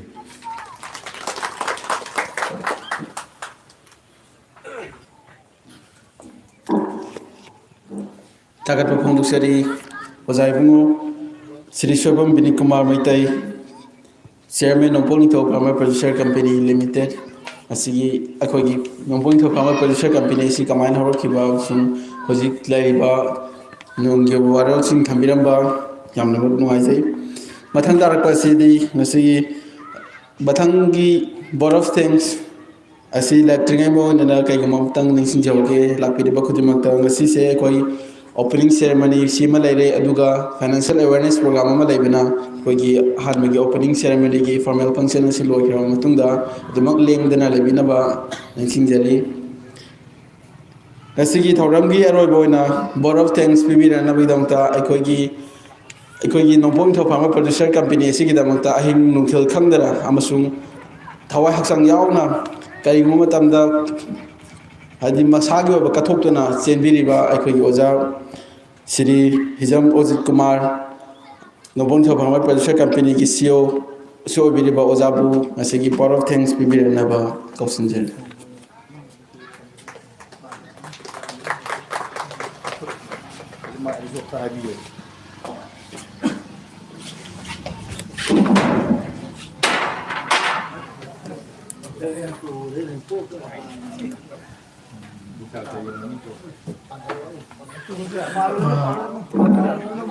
ꯃꯌꯥꯝ ꯄꯨꯝꯅꯃꯛꯄꯨ ꯑꯍꯥꯟꯕꯃꯛꯇꯗ ꯏꯀꯣꯛꯅꯣꯅ ꯅꯣꯟꯖꯔꯤ꯫ ꯑꯩꯒꯤ ꯃꯤꯡ ꯍꯤꯖꯝ ꯑꯣꯖꯤꯠ ꯀꯨꯃꯥꯔ ꯁꯤꯡ, ꯑꯩꯁꯦ ꯍꯥꯟꯅ ꯏꯟꯗꯤꯌꯟ ꯑꯦꯌꯔ ꯐꯣꯔꯁꯇ ꯊꯕꯛ ꯇꯧꯖꯔꯝꯕꯅꯤ, ꯑꯗꯨꯒ ꯑꯩ ꯔꯤꯇꯤꯌꯔ ꯑꯣꯏꯔꯕ ꯃꯇꯨꯡꯗ ꯂꯥꯏꯅ ꯄꯤꯕꯤꯔꯛꯄ ꯍꯥꯏꯒꯗ꯭ꯔꯥ ꯅꯣꯡꯄꯣꯛ ꯅꯤꯡꯊꯧ ꯐꯥꯔꯃꯔ ꯀꯝꯄꯅꯤꯁꯤꯒꯤ CEO ꯑꯣꯏꯅ ꯈꯟꯖꯔꯛꯄꯅꯤ꯫ ꯑꯩꯅ ꯏꯍꯥꯟ ꯍꯥꯟꯕꯃꯛꯇꯗ ꯑꯩꯅ ꯊꯥꯒꯠꯆꯗꯣꯏꯁꯦ ꯉꯁꯤꯒꯤ ꯋꯦꯗꯔꯁꯦ ꯍꯥꯟꯅ ꯊꯥꯒꯠꯆꯔꯒꯦ꯫ ꯌꯥꯝ ꯅꯨꯡꯉꯥꯏꯅ ꯄ꯭ꯂꯤꯖꯦꯟ ꯑꯣꯏꯅ ꯑꯩꯈꯣꯏ ꯀꯝꯐꯣꯔꯇꯦꯕꯜ ꯑꯣꯏꯅ ꯉꯁꯤꯒꯤ ꯐꯪꯁꯟꯁꯦ ꯑꯩꯈꯣꯏ ꯍꯧꯔꯦꯅ ꯑꯩ ꯏꯁꯥꯅ ꯅꯤꯡꯖꯩ꯫ ꯑꯅꯤꯁꯨꯕꯗ ꯑꯩꯈꯣꯏꯅ ꯀꯝꯄꯅꯤ ꯑꯁꯤꯒꯤ ꯍꯧꯗꯣꯛꯆꯕ ꯌꯥꯏꯐꯔꯕ ꯅꯨꯃꯤꯠ ꯉꯁꯤꯒꯤ ꯊꯔꯁꯗꯦꯒꯤ ꯇꯥꯡ 5 ꯖꯅꯋꯥꯔꯤ 2023ꯁꯦ ꯑꯩꯈꯣꯏꯒꯤ ꯑꯣꯏꯅꯗꯤ ꯁ꯭ꯇꯦꯞ ꯑꯃ ꯃꯆꯥ ꯑꯃ ꯈꯤꯇꯪ ꯃꯁꯤꯗꯩꯗ ꯁꯤꯒꯨꯝꯕ ꯌꯥꯝꯅ ꯃꯦꯃꯣꯔꯦꯕꯜ ꯑꯣꯏꯕ ꯗꯦ ꯑꯁꯤꯗ ꯑꯩꯈꯣꯏꯅ KVKꯒꯤ ꯃꯥꯏꯀꯩꯗꯒꯤ ꯑꯩꯈꯣꯏꯅ ꯍꯥꯏꯖꯔꯨꯕ ꯃꯇꯝꯗ ꯑꯣꯐꯤꯁꯀꯤ ꯑꯆꯤꯟꯕ ꯀꯌా ꯂꯩꯔꯒꯁꯨ ꯇꯧꯗꯕ ꯌꯥꯗꯦ ꯍꯥꯏꯗꯨꯅ ꯂꯦꯡꯕꯤꯔꯛꯂꯤꯕ ꯑꯩꯅꯗꯤ ꯀꯀꯥ ꯀꯧꯖꯩ, ꯀꯀꯥ ꯇꯣꯝꯕꯕꯨ ꯁꯦꯅꯤꯌꯔ ꯁꯥꯏꯟꯇꯤꯁ ꯑꯦꯒ꯭ꯔꯣꯅꯣꯃꯤ ꯑꯩ ꯊꯃꯣꯏꯗꯒꯤ ꯊꯥꯒꯠꯆꯕ ꯐꯣꯡꯗꯣꯛꯆꯒꯦ꯫ ꯑꯅꯤꯁꯨꯕꯗ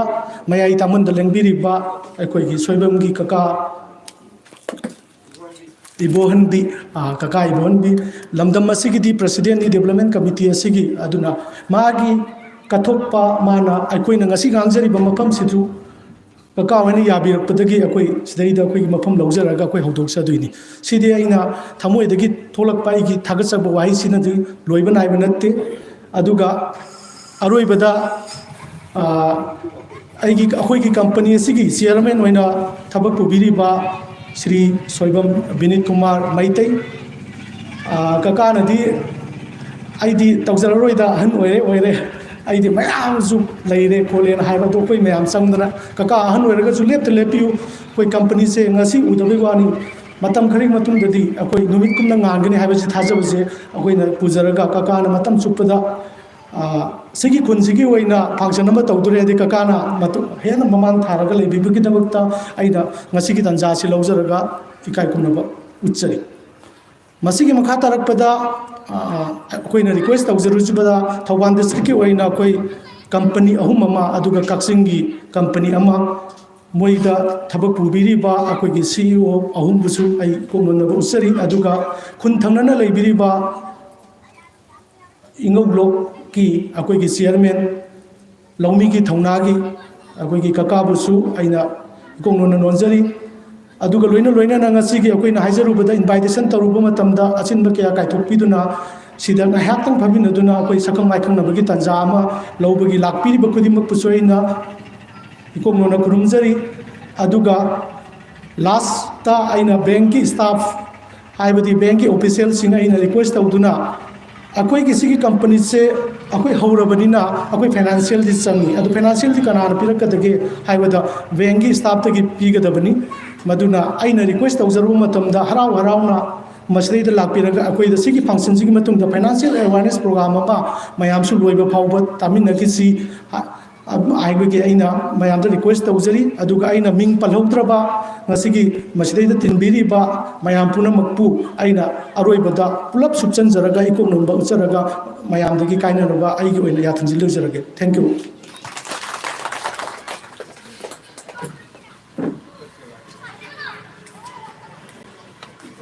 ꯊꯥꯒꯠꯆꯔꯤ ꯅꯣꯡꯄꯣꯛ ꯅꯤꯡꯊꯧ ꯐꯥꯔꯃꯔ ꯄ꯭ꯔꯣꯗ꯭ꯌꯨꯁꯔ ꯀꯝꯄꯦꯅꯤꯒꯤ CEO ꯑꯣꯏꯅ ꯊꯧꯄꯨꯕꯤꯔꯤꯕ ꯑꯣꯖꯥ ꯍꯤꯖꯝ ꯑꯣꯖꯤꯠ ꯀꯨꯃꯥꯔ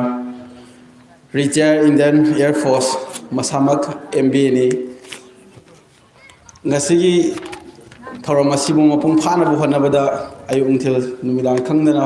ꯍꯣꯠꯅꯕꯤꯔꯛꯇꯨꯅ ꯃꯍꯥꯛꯀꯤ ꯑꯆꯧꯕ ꯗꯥꯏꯇ ꯑꯃ ꯌꯥꯎꯔꯤ ꯍꯥꯏꯕꯁꯤ ꯑꯩ ꯃꯌꯥꯝꯗ ꯊꯝꯖꯒꯦ ꯑꯗꯨꯒ ꯂꯣꯏꯅꯅ ꯉꯁꯤꯒꯤ ꯐꯣꯔꯃꯦꯜ ꯐꯪꯁꯟ ꯑꯁꯤꯗꯤ ꯐꯣꯔꯃꯦꯜ ꯐꯪꯁꯟꯒꯤ ꯃꯔꯨꯑꯣꯏꯕ ꯊꯧꯒꯥꯏꯁꯤꯡꯗꯤ ꯃꯇꯥꯡ ꯑꯁꯤꯗ ꯂꯣꯏꯁꯤꯟꯖꯔꯦ ꯑꯗꯨꯅ ꯉꯁꯤꯒꯤ ꯗꯥꯏꯁꯇ ꯂꯦꯡꯁꯤꯟꯕꯤꯔꯤꯕ ꯑꯍꯜꯁꯤꯡꯒꯤ ꯑꯣꯖꯥꯁꯤꯡꯒꯤ ꯑꯌꯥꯕ ꯂꯧꯖꯔꯒ ꯑꯩꯈꯣꯏꯒꯤ ꯃꯊꯪ ꯇꯥꯕ ꯄ꯭ꯔꯣꯒ꯭ꯔꯥꯝ ꯑꯁꯤ ꯄꯥꯡꯊꯣꯛꯅꯕꯒꯤꯗꯃꯛꯇ ꯑꯩꯈꯣꯏ ꯁꯦꯝ ꯁꯥꯕꯗꯒꯤ ꯃꯇꯝ ꯉꯥꯏꯍꯥꯛꯇꯪ ꯂꯧꯖꯒꯦ ꯂꯧꯔꯤꯉꯩ ꯃꯇꯝ ꯑꯁꯤꯗ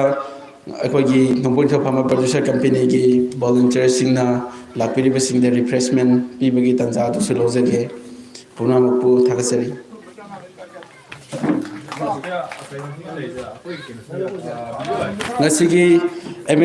ꯉꯁꯤꯒꯤ ꯐꯥꯏꯅꯥꯟꯁꯤꯌꯦꯜ ꯑꯦꯋꯥꯔꯅꯦꯁ ꯄ꯭ꯔꯣꯒ꯭ꯔꯥꯝ ꯑꯁꯤꯕꯨ ꯄꯥꯡꯊꯣꯛꯅꯕꯒꯤꯗꯃꯛꯇ ꯂꯨꯄꯥ 1,500 ꯄꯤꯕꯗꯣ ꯑꯩꯈꯣꯏꯒꯤ CEO ꯁꯥꯍꯤꯕꯇꯒꯤ ꯑꯩꯈꯣꯏꯒꯤ ꯏꯅꯥꯎ ꯑꯣꯖꯤꯠꯇꯒꯤ ꯏꯆꯥ ꯑꯣꯖꯤꯠꯇꯒꯤ 50%ꯗ ꯑꯗꯨꯝ ꯑꯩꯈꯣꯏꯒꯤ ꯐꯥꯔꯃꯔ ꯃꯅꯨꯡ ꯑꯁꯤꯗ ꯌꯥꯎꯔꯤꯕ ꯀꯝꯄꯅꯤꯁꯤꯒꯤ ꯃꯅꯨꯡꯗ ꯌꯥꯎꯔꯤꯕ ꯏꯆꯤꯜ ꯏꯅꯥꯎꯁꯤꯡ ꯏꯆꯥꯁꯤꯡ ꯏꯆꯜꯁꯤꯡ ꯏꯆꯦꯁꯤꯡꯒꯤ ꯏꯆꯥ ꯏꯁꯨꯒꯤ ꯕꯥꯔꯗꯦꯒꯤꯗꯃꯛꯇꯗꯤ ꯃꯗꯨ 50% ꯑꯩꯈꯣꯏ ꯗꯤꯁꯀꯥꯎꯟ ꯄꯤꯅꯕꯒꯤ ꯁꯦꯝ ꯁꯥꯔꯒ ꯂꯩꯖꯔꯤ ꯏꯆꯥ ꯏꯁꯨꯁꯤꯡꯒꯤ ꯕꯥꯔꯗꯦꯒꯤ ꯀꯦꯛ ꯗꯔꯀꯥꯔ ꯑꯣꯏꯔꯒꯁꯨ ꯃꯁꯤ ꯃꯤꯌꯥꯝꯗ ꯑꯩꯈꯣꯏ ꯀꯝꯄꯅꯤꯁꯤꯒꯤ ꯊꯕꯛ ꯍꯧꯔꯕꯅꯤ ꯍꯥꯏꯅ ꯂꯧꯕꯤꯌꯨ ꯑꯩꯈꯣই ꯍꯧꯖꯤꯛ ꯃꯐꯝꯁꯦ ꯑꯩꯈꯣꯏꯒꯤ ꯊꯧꯕꯥꯜ ꯅꯤꯉꯣꯝꯕꯝ ꯅꯣꯡꯒꯥꯡꯈꯣꯡ ꯌꯦꯁ ꯊꯧꯕꯥꯜ ꯅꯣꯡꯒꯥꯡꯈꯣꯡ ꯍꯧꯖꯤꯛ ꯊꯧꯕꯥꯜ ꯕꯖꯥꯔꯗ ꯆꯈꯥꯏꯔꯒ ꯀꯦꯛ ꯑꯩꯈꯣꯏꯒꯤ ꯐꯖꯕ ꯀꯦꯛ ꯌꯣꯜꯂꯤꯕꯁꯦ ꯑꯩꯈꯣꯏꯒꯤ CEO ꯁꯥꯍꯤꯕꯀꯤ ꯄ꯭ꯔꯣꯗ꯭ꯌꯨꯁꯔꯅꯤ ꯃꯁꯤ ꯑꯩꯈꯣꯏ ꯀꯝꯄꯅꯤꯁꯤꯒꯤ ꯊꯕꯛ ꯍꯧꯔꯕꯅꯤ ꯍꯥꯏꯅ ꯃꯌꯥꯝꯅ ꯈꯟꯕꯤꯔꯒ ꯑꯩꯈꯣꯏ ꯃꯗꯨ ꯃꯌꯥꯝꯗ ꯗꯤꯁꯀꯥꯎꯟ ꯄꯤꯖꯒꯅꯤ ꯍꯥꯏꯅ ꯃꯁꯤ ꯃꯌꯥꯝꯗ ꯈꯪꯍꯟꯖꯔꯤ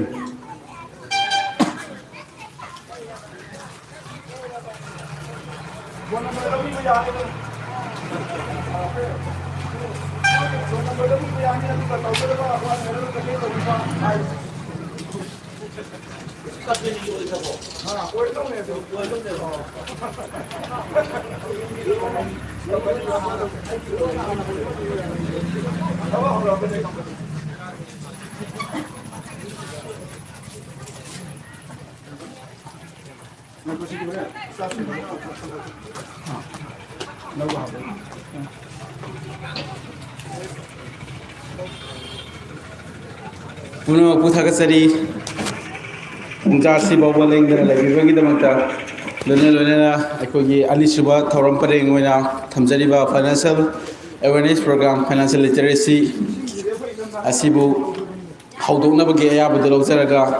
ꯉꯁꯤꯒꯤ ꯃꯌꯥꯏ ꯇꯥꯡꯕꯟꯗ ꯂꯦꯡꯁꯤꯟꯕꯤꯅꯕꯒꯤꯗꯃꯛꯇ ꯃꯤꯡ ꯑꯣꯏꯅ ꯄꯟꯖꯔꯕꯗ sir Huirem Shantikumar MSCB head office deputy manager ꯑꯣꯖꯥꯕꯨ ꯁ꯭ꯇꯦꯖꯇ ꯀꯧꯈꯟꯖꯔꯤ ꯈꯨꯕꯥꯛ ꯑꯍꯧꯕ ꯑꯃꯇꯪ ꯈꯨꯕꯤꯔꯁꯤ ꯑꯅꯤꯁꯨꯕꯗ L Ranita Devi MSCB Thoubal branch deputy manager ꯃꯦꯗꯥꯝꯕꯨꯁꯨ ꯁ꯭ꯇꯦꯖꯇ ꯀꯧꯁꯤꯟꯖꯔꯤ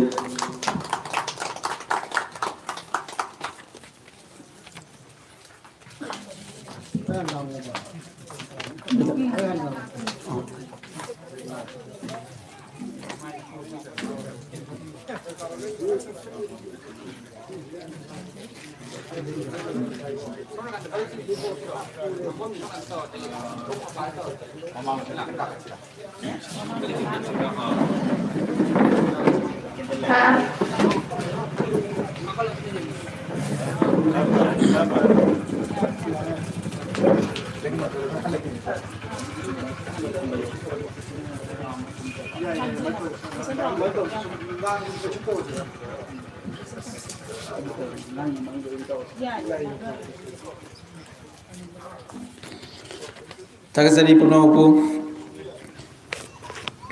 ngasigi financial literacy program one day financial literacy awareness program asigi haudopo ina MSCB head office tagi lengbi aliba sir William Santi Kumar ngasigi haudo ina amasung financial literacy gi matang da thambirana ba wahai khar thambirana ba nisinjari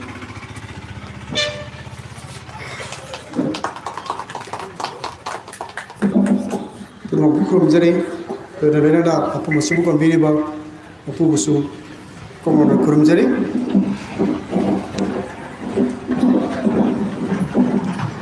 Amuka Hanna Aigi Ming Santi Kumar Head Office MSCB Limited Tiki Lakshavani Deputy Manager in Lejavani Ngasi no Mugi Oiba One Day Financial Literacy Awareness Program hai no Mugi Oiba Bengi Maramdan Inabasi no Mudasu Lobi Avanate adubu tangai fadana mipum khudimang na khang da biya da ba mipum khudimang na khang da biya da ba posak khara di beng da dumak le masi khara si koi sum ai de sungang jege adu myam na khangbining ba gyan ta da biya ro su adum hangaga adum koi masmai dum chasi madun su hena myam da khangbi ngani beng kaino myam adum khange ahan madai manipur state cooperative bank si myam saktak jege manipur state cooperative bank koi gi manipur Lehau istilah iba cooperative bank singgi oi badum apex bank amani apex body amani man mayam lay cooperative bank mayam ama hari ba adugumba cooperative bank sing dugi khwai digi makok oi ba adumba apex bank amani magi head office si akoi gi bazar gi all assembly road idna adugi mafam du da lay buduni mayam akoi gi khara ahlu oi senior singgi manipur state cooperative bank ka hari di dum khara su khangam ba ya enkali maru oi na khara naha oi sing na manipur state cooperative bank ka bisi kya di khangna de atu tasengna ina mayam da hygienic badi manipur state cooperative bank hai bisi di tasengna manipur miyam gi oina manipur da leiba miyam gi da makta leijaba dum ba bank makhalamani manipur state cooperative bank na mapalam da manipur gi outside ta sat khraga khoi tawba yadi hairi ba ato ba bank mayam badi manipur gi mapan gi lanthok gi bana traga changchalak ko mayam ma leinari tawnari SBI adegi Punjab National Bank kaina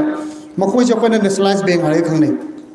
ado khoi the cooperative bank I say mai magi state to the amamam loi legani state cooperative bank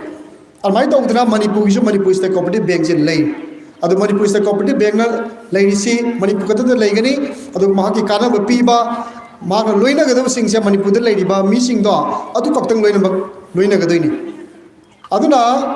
aina hajening madi han mada khoi gi manipur state cooperative bank masa khangbiyo aduga sida leibiri basing nasu manipur state cooperative bank masa khangbiraga adagi khoi gi manipur state cooperative bank da account ga hangba loi yagani adu isa na pami ba matam gi matungina loan ga na hari pose masi ju manipur state cooperative bank ni lobu yagani ngasi di yamna nuai re manipur state cooperative bank mamangai da khoi gi yamna sothana leramba du mapibam di oidre manipur state cooperative bank hojikti अखोई हंदकी लाइब सरकार सिनसु हेन मसक खंबीबनिना अखोई bank सी हेन माइ ओंजलकबदगी मियांग हेन कुसमनब ngame हुजिक Manipur सरकार दा अखोई मियांग नुमित चिंग अदु हिल्स डे ga तोबु मतमदा चलुबदा सि मयाम जे मके पार्टिसिपेट मयाम जोंगनी खलजे चलुबदा हरगदो बैंक जे मणिपुर स्टेट कोऑपरेटिव बैंक चलो न दम हारमनी अदुकी मतिक पीब या पीगरे मणिपुर स्टेट कोऑपरेटिव बैंक याम सेना कांदा aduna manipur state cooperative bank da hojik si akoina ngasi financial literacy awareness program ama simbi na ko hare ko se yam nuai ke sukai ge aduga financial literacy ke matang se sum tam kumdra kanda aina hajining base yaran bada koi bank da akoi gi bank da deposit makhan mayam legre adu mayam na khangamani saving account akoi gi saving oina tawba deposit se saving oina tawba ma Hidadi interest pi asu pi na dum bank gi leiba interest rate ama SARS to ka dam yam da hoina pi gani saving du da interest ama pi rakani current account ai bam sile mi du na kari gumba account hang du current account da hangum tar ga di madu da ko interest charge to di interest pi ro yeba saving account da hang ba ma current account da hang ba ma current account hang du di hoina interest pi ro be na saving da hang du pi gani aduga loina na koi gi marup ki tai da tawba ya ba RD kind recurring deposit kai dana adum na pambi ba ngamga da ba tha ge di chongwa khatam hunge lising na yauge lising ani ni yauge ka haiba sumaina makhan mayam lai gare sida deposit tawba ya ba adu sibo makhan mayam se adum yaubiyo aduga bank gum da leiba paisa se masidi mang roi da paisa ni interest di pina phang gibadi yai aduga bank di thammi ba pisa do adu madi sumang mangaro si ma meyam na khungjin biu ado horen loan gi matang di akhoi madam na su dum kha dum ngang kani adu su ka ba palamge aduga luri di akhoi gi missing se hujik si akhoi gi sidal lai biri ba sinau sing se aya manipur state cooperative bank khang ba se ai pyaw yom do man de aduga hujik ta seng na aina haisege FPOC hujik APC ka farmers producers company lai re masi tangai badang sa juma man pan gi ba do hui sel gi oiba company si link na bo hona bada tangai fa dawagi share asuk amma legedam ne habidum member me am the contribution dawna gadam madu ge share do yawdraga di company chalai bisu yaroi doini buji chalai ba hawra se company se company jo share do lega chalai ba khatat na aduna yadori bra na draga benga samna di yaro ha bi tanjama su su de la khane bo adu matam du ne ba yam darga la khadoi se beng masa khanga ka do je du de ne ba hariba company du gi ming du dei du da company na hariba khoi member asuk lei akhoi gi farmer sigai is me am sa masi loan pibiu ga hare ga do ri su soi dan istam matam gi loan lo ba ya mam la kani aduna akhoi na sai darga le si gi company si link laga ai company yam du yaw ro bani akhoi gi meeting je am organization gum ba yaw ba company gum ba yaw ba adi smai ma tawre ka hai ba se manung du da khoi kai do ga ge hai ba di kan khang da bida ma du yakshan laga sam subsidy ga phang na ba nga gi pa kha lo thong na ba company du cheli di kari no hai po di kan khang da bida company ma sida la ka doi po si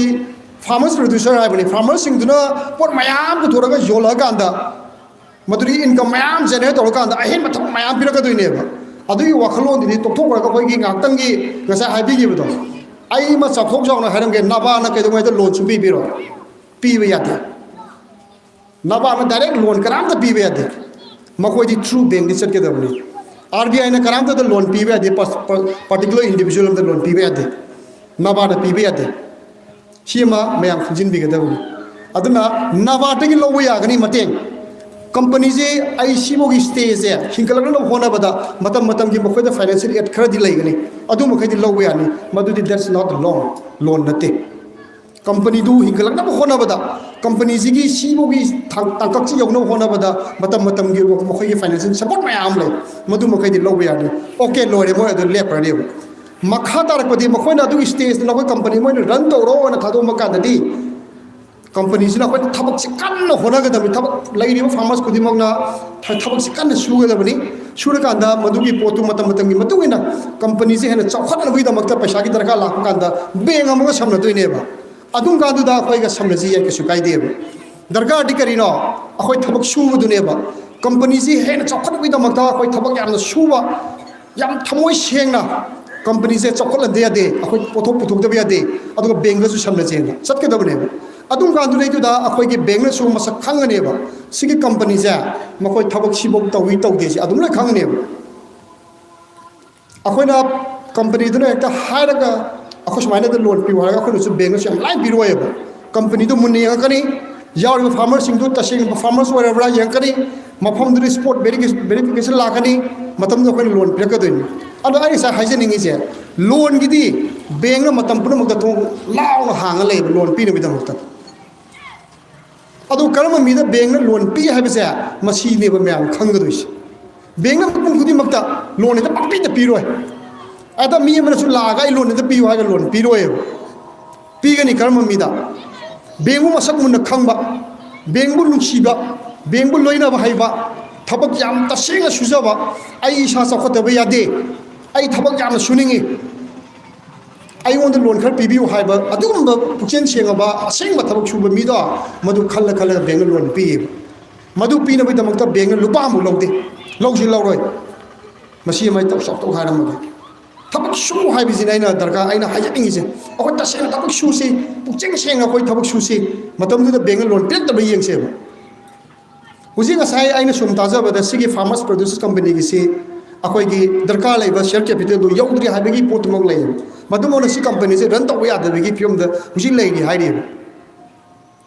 shida hai bi company si already akoi ga se establish ta ore akoi building ma sanga re na huji lai ri adu sigi phigom sida huji akoi na sigi farmers producer companies na ka chakka na bidam ta ko de loan amma piu lao kha pibi ko smai to ha bida ko de bank accept tor ki roi darkar le di membership ki hena jang khalan ba darkar le ba membership ki share fee sing do khaina ba aduga loina na companies nei lei ba mi pum kudi mangna thamoi seng na thabak shu ba company am ki ma gi vision je karino sida yaw lo khoi ki aim je karino khoi to ko de ba se karino ai ba se khoi punna khangmilo ma thau ta ya adu khangmilo da na CEO sida thawai yaw na pangchong na chongba BOD na pangchong na chongba madugi maning da lei wa thabak shur kadam mayam duna di hari ba port mayam khang da na khoi ani je gap lei ta ga di masi company ja ko success obe ngam moy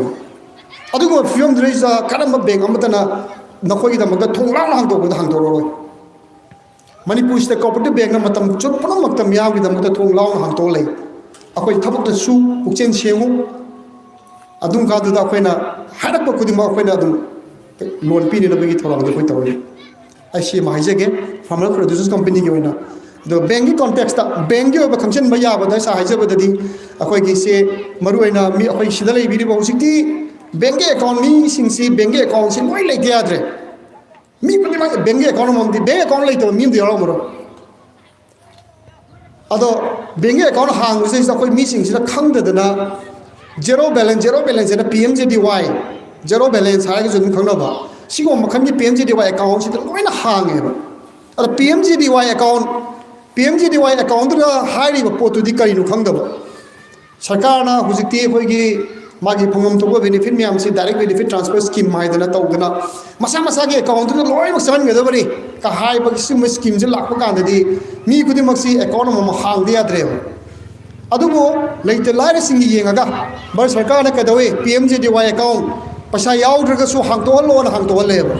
adu PMJDY na piri ba kana ba natraga magi some area khara da athing mal le ba sing di khangau do bodegi masi dasa ta da su natte thoe manipur su natna ma palam su kes ayama dum taram gani manipur su dum yaw komaina PMJDY account na hairi sidi pasha yaudra su leite laire myang punam ki yengaga hangan gro na hai bale yare hang su no mana kai hai tham na lupa lising dra de ge na transit ko loktuk pa ya de na tham da nang na withdrawal si lupa lising tara de ge na loktuk pa ya de nang account joi pa sa ji de ge na hai ri ba aum na de ge na sat pa ya de ga na si ni khangok do mi sing sina pasa yaw ba su pasa pa ra ba pasa na dum tor hang ba ya mi su zero balance hang wa na PMJDY account na hang jelam adagi ye mo sahi ma da ma gi thamma ya pesa si sumne gi lupa lam ma de na deposit to ya ro na hai ri ba PMJDY account da lupa lam di he na thamma soya de masin tham ge wa ga one time na tham ho ga lupa lam di he na tham soya de lok thok pa da tham lupa sing dara de ge na ya de pesa pai ba mi zero balance hang jela me masa ba su ge idri ma palam da like tam le lupa la ani tharo ha ga du account thajen na wona le khang de de gi masa nu pa da ATM do pa ga sona kan ju du lupa lising kun jing no wona le hari ba me am du ke no PMJDY na to ba ya de hari ba niung gi wang do lai la la thabak to we adu ita ke la sam hong da warning to ra ne ba PMJDY da pi di ba sana patha me am gi niung gi wang da nang to ra ni na nang gi a hen ba lai ba sha je karai de gi no ha bi question am lai adu nga sai mana hok to rok pa da hai gi po to kam phajai ba leite lai ra sing yenga ga akhoi gi hoji narega ka ne to ri ba akhoi gi job card ki adu gi da gi na hai ba makhoi gi paisa sing sagang pa yana na ba gi adagi matam gi matung ina akhoi gi si even handagi covid ki matam du dai da akhoi gi nupi gi PMJDY account hang gi ban nupi gi account sing lupa lising ma sawal lising sawa ha ki bani mayam PMJDY account hang ban nupi akhoi account yaw nei ko du da check to bio lupa lising sawa lo yaw bani hapaki bar sarkar lupa lising sawa sumaina apik pa matam gi paisa me am se adagi paisa account mayam list mayam ma sigi PMJDY account nupi gi account je paisa lupa lising sawa ha ko sumaina apik pa paisa ham na ba lokto machine do ya na ba ta singa leite lai ba sing du gi semak pa por gak se akhoi gi paisa ka ga lei je ba sing su zero da to ya ha da pang dang jalak pa sine khangau do ba gi asoi ba se ada last di sa gi ma na niu wa ma thabu wa tokshal ru ba ni na som di question la e chi thara ni ma ko ro hanga di unnecessary mo the problem mo mo the masana thogan jagre ada masi hangbi ai bengi side gi di noi kan to ra na lairi ba post se kamai to ge kan da koi gi ATM da satki bududi akoina control tawba yarakta matang mayam su laeba adagi si handaki kanu matang du dai account phang da hanjala pada koi gi sam yengau da budagi dum hai hapsal ma paisa je dum lupa lising lama kadang hab lama da gen biaru ga la ani ga hapsal ko hu hapsal ko demonetization matam da kam thoeba demonetization ni matam zai da koi gi paisa ari ban no chala ba ya ya de dong matam do paisa je zero balance je paisa je pun pun hapsal ba ade paisa je koi gi ari ba paisa kaya na ma ga na si ko ma ma thoe ma si ya de masigu masih tauroi da bani masigu mo tauroi buduna mi kaya ma adum kasuna ta bada yamna masano waza bagi fium da legi bisu yawi phare pulle hai ba ngata ba kadai da gino kari no hai ba penalty me impose tawe ba nang asigu mal lana thabak taura bani na nang gi paisa se nang gi sunata na mi gi paisa se nang on hapsal ga lana taure ado nang gi hapsal paisa se ga I paisa su ka ni hai dana maya mo penalty mai lori ne ado sumo me an ja khangjan ga da bani PMJDY zero balance da hangi ta argadi aisa haja bado tham de lupa lising thara de na to pa yara roi sahi ma gi manung de lupa lam de na deposit option pa yade singo me am je khoi na khanjin mathau ta ya yes adu di kam account de yani na hangbiro kamai na jai saving account current account da lupa lising ma kata na MSCB gi na di MSCB gi na di lupa lising ma kata na hangbe lupa lising ma hangbe se da adum gi darga lai ba pasha lo to lo sin do lo sin na ba case akhoi checkbook pirani checkbook on pirani aduga ATM card pirani kutak da dum pirani lupa lising ma hangbiyo hairi ba lupa lising ma hangba sigumba account sida saving da hangba yai current account da hangba yai ani sa hangbiyo ado na darka lai ba isa gi mapalam da paisa thaning ba lupa lama thagera ani thagera lupa lising kuntra sakera nomagi yankhai lokdo sakera checkbook sina raga lo yarani adum kandu da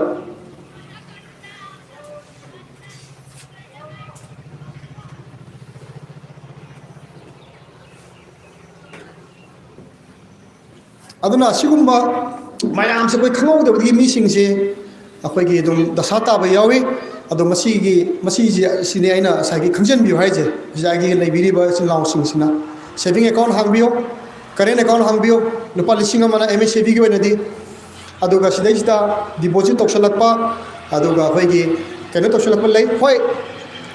ama khaksoi hairam ge madubu khangjan madu di kana ba tom dam suai sam khoi gi report mayam di thai tha mada lupa saving account da lupa lakh tara gi mathakta transaction toksalak ta aragadi hojik se athing mayam damjale RBI na athing ma thamjalak ba haibadi dumki matik kumna shenare ba mingi pisingi paisa je mi gi paisa je lai je aseng ma paisa raina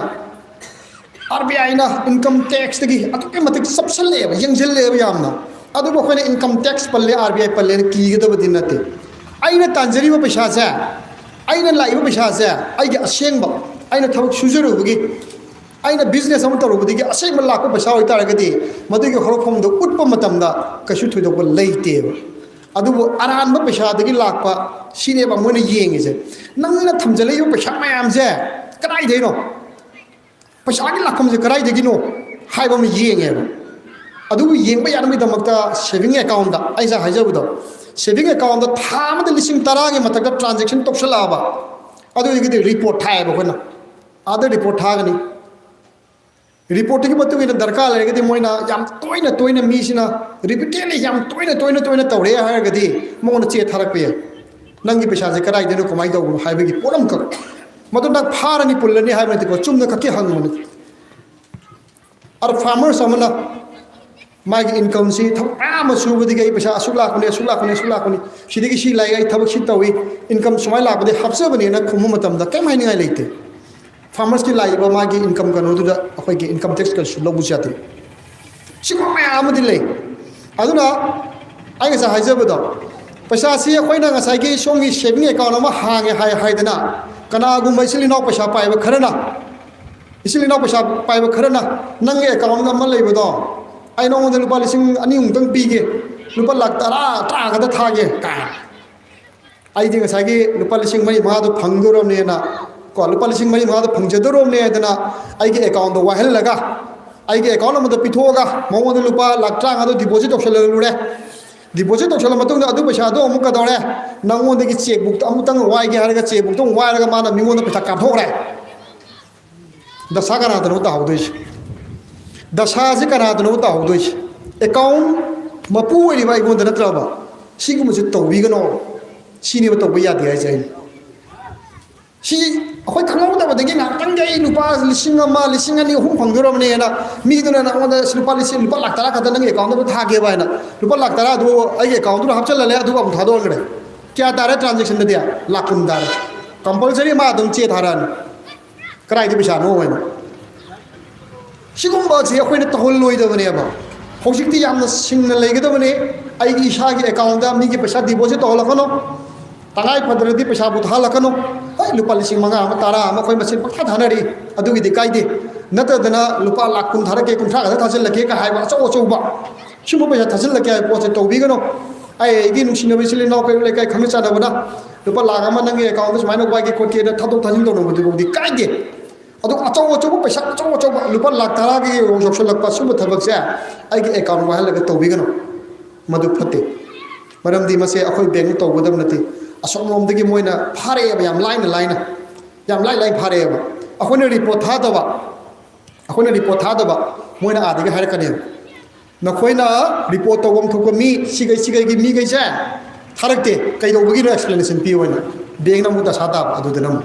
अदुना होजिदे कोजु थादे यादरने पुन थारे पुन्ना अदुना सिगम मयामसे ममांगदा खोइगी मिसिंगसिना खंगौदबदगी अखोइना खंगबा वालौबदगी मसिगम दशा मयाम तायबा तौबिगनो आई हाइजरीसे अदुना ऐसा हाइजबदो इसा इशूद मपालमदा पैसा खरा चाव थादो थाजिन तौनगदब लेरगदी saving account current account सिनबियो हांदोबियो लुपा लिसिंग अमम पिरगा MSB की ओइनदी अदुगा पीएमजीडीवाई की ओइनदी ऐसा हाइजगरे या पिकना तौगदब पोने मागी देन अदुमले सिदैसदा अदुगा आरडीए ना साइन पंजगी दो रिकरिंग डिपॉजिट लेना अदुनी मरु की टाइटने पैसा सेविंग ने मदुजो इंटरेस्ट खरा चाव ममनो पिरकनी चार्ज तौकनी अदुबो अखोई लनाई की करो लेखाई की पैसा पुतोक पुजिन तौबददी होय इंटरेस्ट खरा चाव फंगपे 3% 4% 5% अदु मांग हाइबम दि लेदन कम होइगिदे पैसा जि मिंगोंद पुथोक मतम मांग हाइबम लेब बट अदोमना सोमना बैंक दे अकाउंट मा हांगमगा सेविंग अकाउंट मा हांगमगा करेंट अकाउंट मा हांगमगा ट्रांजैक्शन खरगा तौरमबदो पैसा खर थमतोक थमजिन लखथोक लखसिन खरगा सानरमबदो मदुगी कानाबना करिनो आइना मतंग साब कांदा बिजनेस अमा तौगे मतमदा आइगी सेंटोक लंबेन अमा लेजरबा कांदा अदोमना बैंक अमबु नुसिबिरमबगी बैंक अमबु लोइनरबिरमबगी सोमना लोन लोगेना थारक मतमदा अखोन एक्सेप्ट तौबनी कानाबसे अदुनी सोमना लेकाइदा पैसा खरा रिक्सयाम चावना पैसा जे मांगबा याय तोंगिबे तंबंगमदबा फिकमदा पैसा जे मिंगोना सुम सानाबा अदुगा आइजी दुकान गिजी फंकलक्त्रका चावखलाबा अदुगा दा बैंक बाबा लागा इ लोन द पिवो द बैंक पिरारो आइसा हाइबो बैंक येंगिसी बैंक बु लोइनबा हाइबा बैंक बु नुसिबिबा बैंक द पैसा थमदोक थजिन हाइबा अदुने अखोनी येंगाइजे एट द सेम टाइम कदौबा हाइबा मिसकसे पुचेन सेंब्रा तसेंग थबक सुब्रा अदु तागदे मोंद अखोइना पैसा पिगदबनी लोन पिगदबनी ने पिरकने अदुनी को साइ बैंक द पैसा थम्मी कानबा कमाइ लेरमिंगे दो सोंगा पैसा दरकार लाइक मतमदा सोंगा पैसा दरकार लाइक मतमदा लोन अब अप्लाई तौबे रखने आई दुकान थुंगान फमजनोबा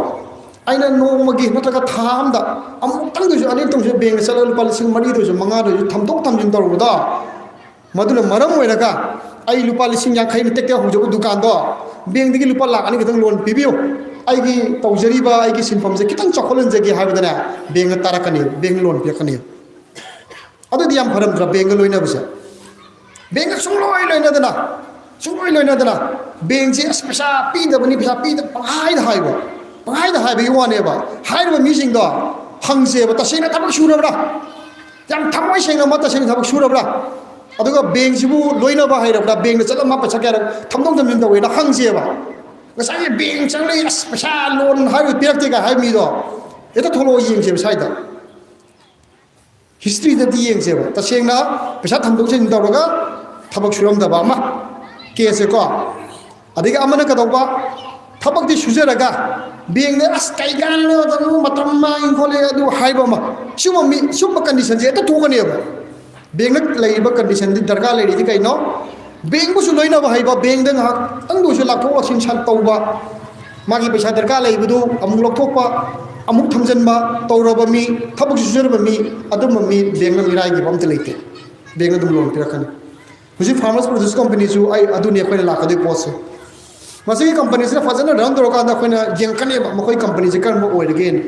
ꯀꯝꯄꯅꯤꯅ ꯁꯨꯡꯁꯣꯏ ꯁꯣꯏꯗꯅ ꯍꯥꯏꯔꯛꯀꯅꯤ ꯑꯩꯈꯣꯏ CEOꯁꯨ ꯐꯝꯕꯤꯔꯤ ꯁꯨꯡꯁꯣꯏ ꯁꯣꯏꯗꯅ ꯍꯥꯏꯔꯛꯀꯅꯤ ꯑꯩꯈꯣꯏ ꯀꯝꯄꯅꯤꯒꯤ ꯃꯤꯑꯣꯏꯁꯤ ꯈꯔꯒꯩꯁꯦ ꯐꯥꯔꯃꯔꯁꯀꯤ ꯂꯩꯔꯤꯕ ꯃꯌꯥꯝꯈꯩꯁꯦ ꯂꯣꯟ ꯃꯈꯣꯏꯁꯦ ꯄꯤꯕꯤꯌꯣꯅ ꯃꯇꯝꯒꯤ ꯃꯌꯥꯝ ꯂꯥꯛꯈ꯭ꯔꯦ ꯂꯣꯟ ꯃꯈꯜꯗ KCCꯗꯗꯤ ꯊꯥꯏꯅꯗꯤ ꯑꯩꯈꯣꯏꯒꯤ ꯁꯤꯖꯅꯦꯜ ꯀꯩꯅꯣꯗꯨꯇꯪ ꯇꯧꯔꯝꯃꯦ ꯍꯧꯖꯤꯛꯇꯤ ꯑꯦꯒ꯭ꯔꯤ ꯑꯦꯂꯥꯏꯠ ꯍꯥꯏꯗꯅ ꯑꯩꯈꯣꯏꯒꯤ ꯐꯤꯁꯔꯤꯒꯤ ꯄꯤꯒꯔꯤꯒꯤ ꯗꯥꯏꯔꯤꯒꯤ ꯀꯩꯒꯤ ꯃꯌꯥꯝꯁꯤ KCC ꯑꯣꯏꯅ ꯂꯣꯟ ꯄꯤꯌꯣꯅꯁꯨ ꯂꯥꯛꯈ꯭ꯔꯕꯅꯤ ꯁꯤ ꯃꯇꯝ ꯁꯨꯡꯁꯣꯏ ꯁꯣꯏꯗꯅ ꯑꯗꯨꯝ ꯍꯥꯏꯔꯛꯑꯅꯤꯕ ꯍꯥꯏꯔꯛꯀꯗꯣꯏꯅꯦꯕ ꯍꯥꯏꯔꯛꯇꯕꯁꯨ ꯌꯥꯔꯣꯏ ꯃꯈꯣꯏ ꯕꯦꯡꯒ ꯁꯝꯅꯗꯕ ꯁꯨꯡꯌꯥ ꯌꯥꯔꯣꯏꯕ ꯁꯤ ꯀꯝꯄꯅꯤ ꯃꯣꯏꯅ ꯁꯨꯃꯥꯏꯅ ꯃꯃꯤꯡ ꯈꯛꯀꯤ ꯂꯩꯕ ꯌꯥꯔꯣꯏ ꯀꯝꯄꯅꯤꯒꯤ ꯚꯤꯖꯟ ꯌꯥꯝ ꯆꯥꯎꯔꯝꯒꯅꯤ ꯃꯅꯤꯄꯨꯔꯗ ꯃꯁꯛ ꯇꯥꯛꯀꯦ ꯈꯜꯂꯛꯀꯅꯤ ꯍꯦꯟꯅ ꯆꯥꯎꯊꯣꯛꯀꯦ ꯈꯜꯂꯛꯀꯅꯤ ꯍꯦꯟꯅ ꯑꯦꯛꯁꯄꯥꯟꯁꯟ ꯇꯧꯒꯦ ꯈꯜꯂꯛꯀꯅꯤ सिगुम्बा यूनिट मैम हांगथोंनो होनाबदा मखोय सुंसुंगैदा पैसागी मतेंग याम दरकार लाखनेबा मतबदुदनेबा बैंक से अखोयगा समर सतोइस अदो आइने ngasi जो anjang हाइरमिसिनी कंपनी से यावबिरिबा सिलाव खुदिमंगना याम थवाय यावना कंपनी सिंगना पामे मंगला से करिनो कइनो कोई कदम सकदुनो से मन खंबिरगा थबन यामना सुबा अखोयना तौगदोय पोसे करिनो खंगागा मांगो चिंजनबदा याम दरकार ले नतदना कंपनी अमगी सुमाइना ममिंग थेलगा अखोयगी BOD लेरे CEO लेरे चे सांग दरकार ले वरेबा अखोयना तौबो याबा एस पर गाइडलाइंस की बतुने अखोय लोय तौरबि लोन लेते लौरगी हाबदा लोन पिरोय अदु मुदे सेंग हाइजरम सेले ग्रुप आयाम ले मणिपुरदा सेले ग्रुप जे पिक थल ले सेले ग्रुप लकदा साइड सुदुम लेरमगनी बैंक ना सेले ग्रुप दिमक लोन पीदे सेले ग्रुप तो येंगे अखोयना टेस्ट तौई परीक्षा तौई मखोयगी परीक्षा माइ पाक सेल्फ ग्रुप से लोन पीदे यादे सेल्फ ग्रुप गारंटर लौदे मखोयदगी सिक्योरिटी कई लौदे अखोयना येंगदी कइनो मखोय हाइरिबा सेल्फ ग्रुप सिंजा नीति नियम नायना थबक तौब्रा बैंक न पीरिबा नाबार न पीरिबा गाइडलाइंस की मतुंगिना सेल्फ ग्रुप सिंग तौगम थोप नीति नियम यावना मखोय थबक तौरा आबजी येंगे पैखा तौवे अदुम मतौरमबा सेल्फ ग्रुप से पेक थना लोन फंगे लोन लोय सिंगे मरमदे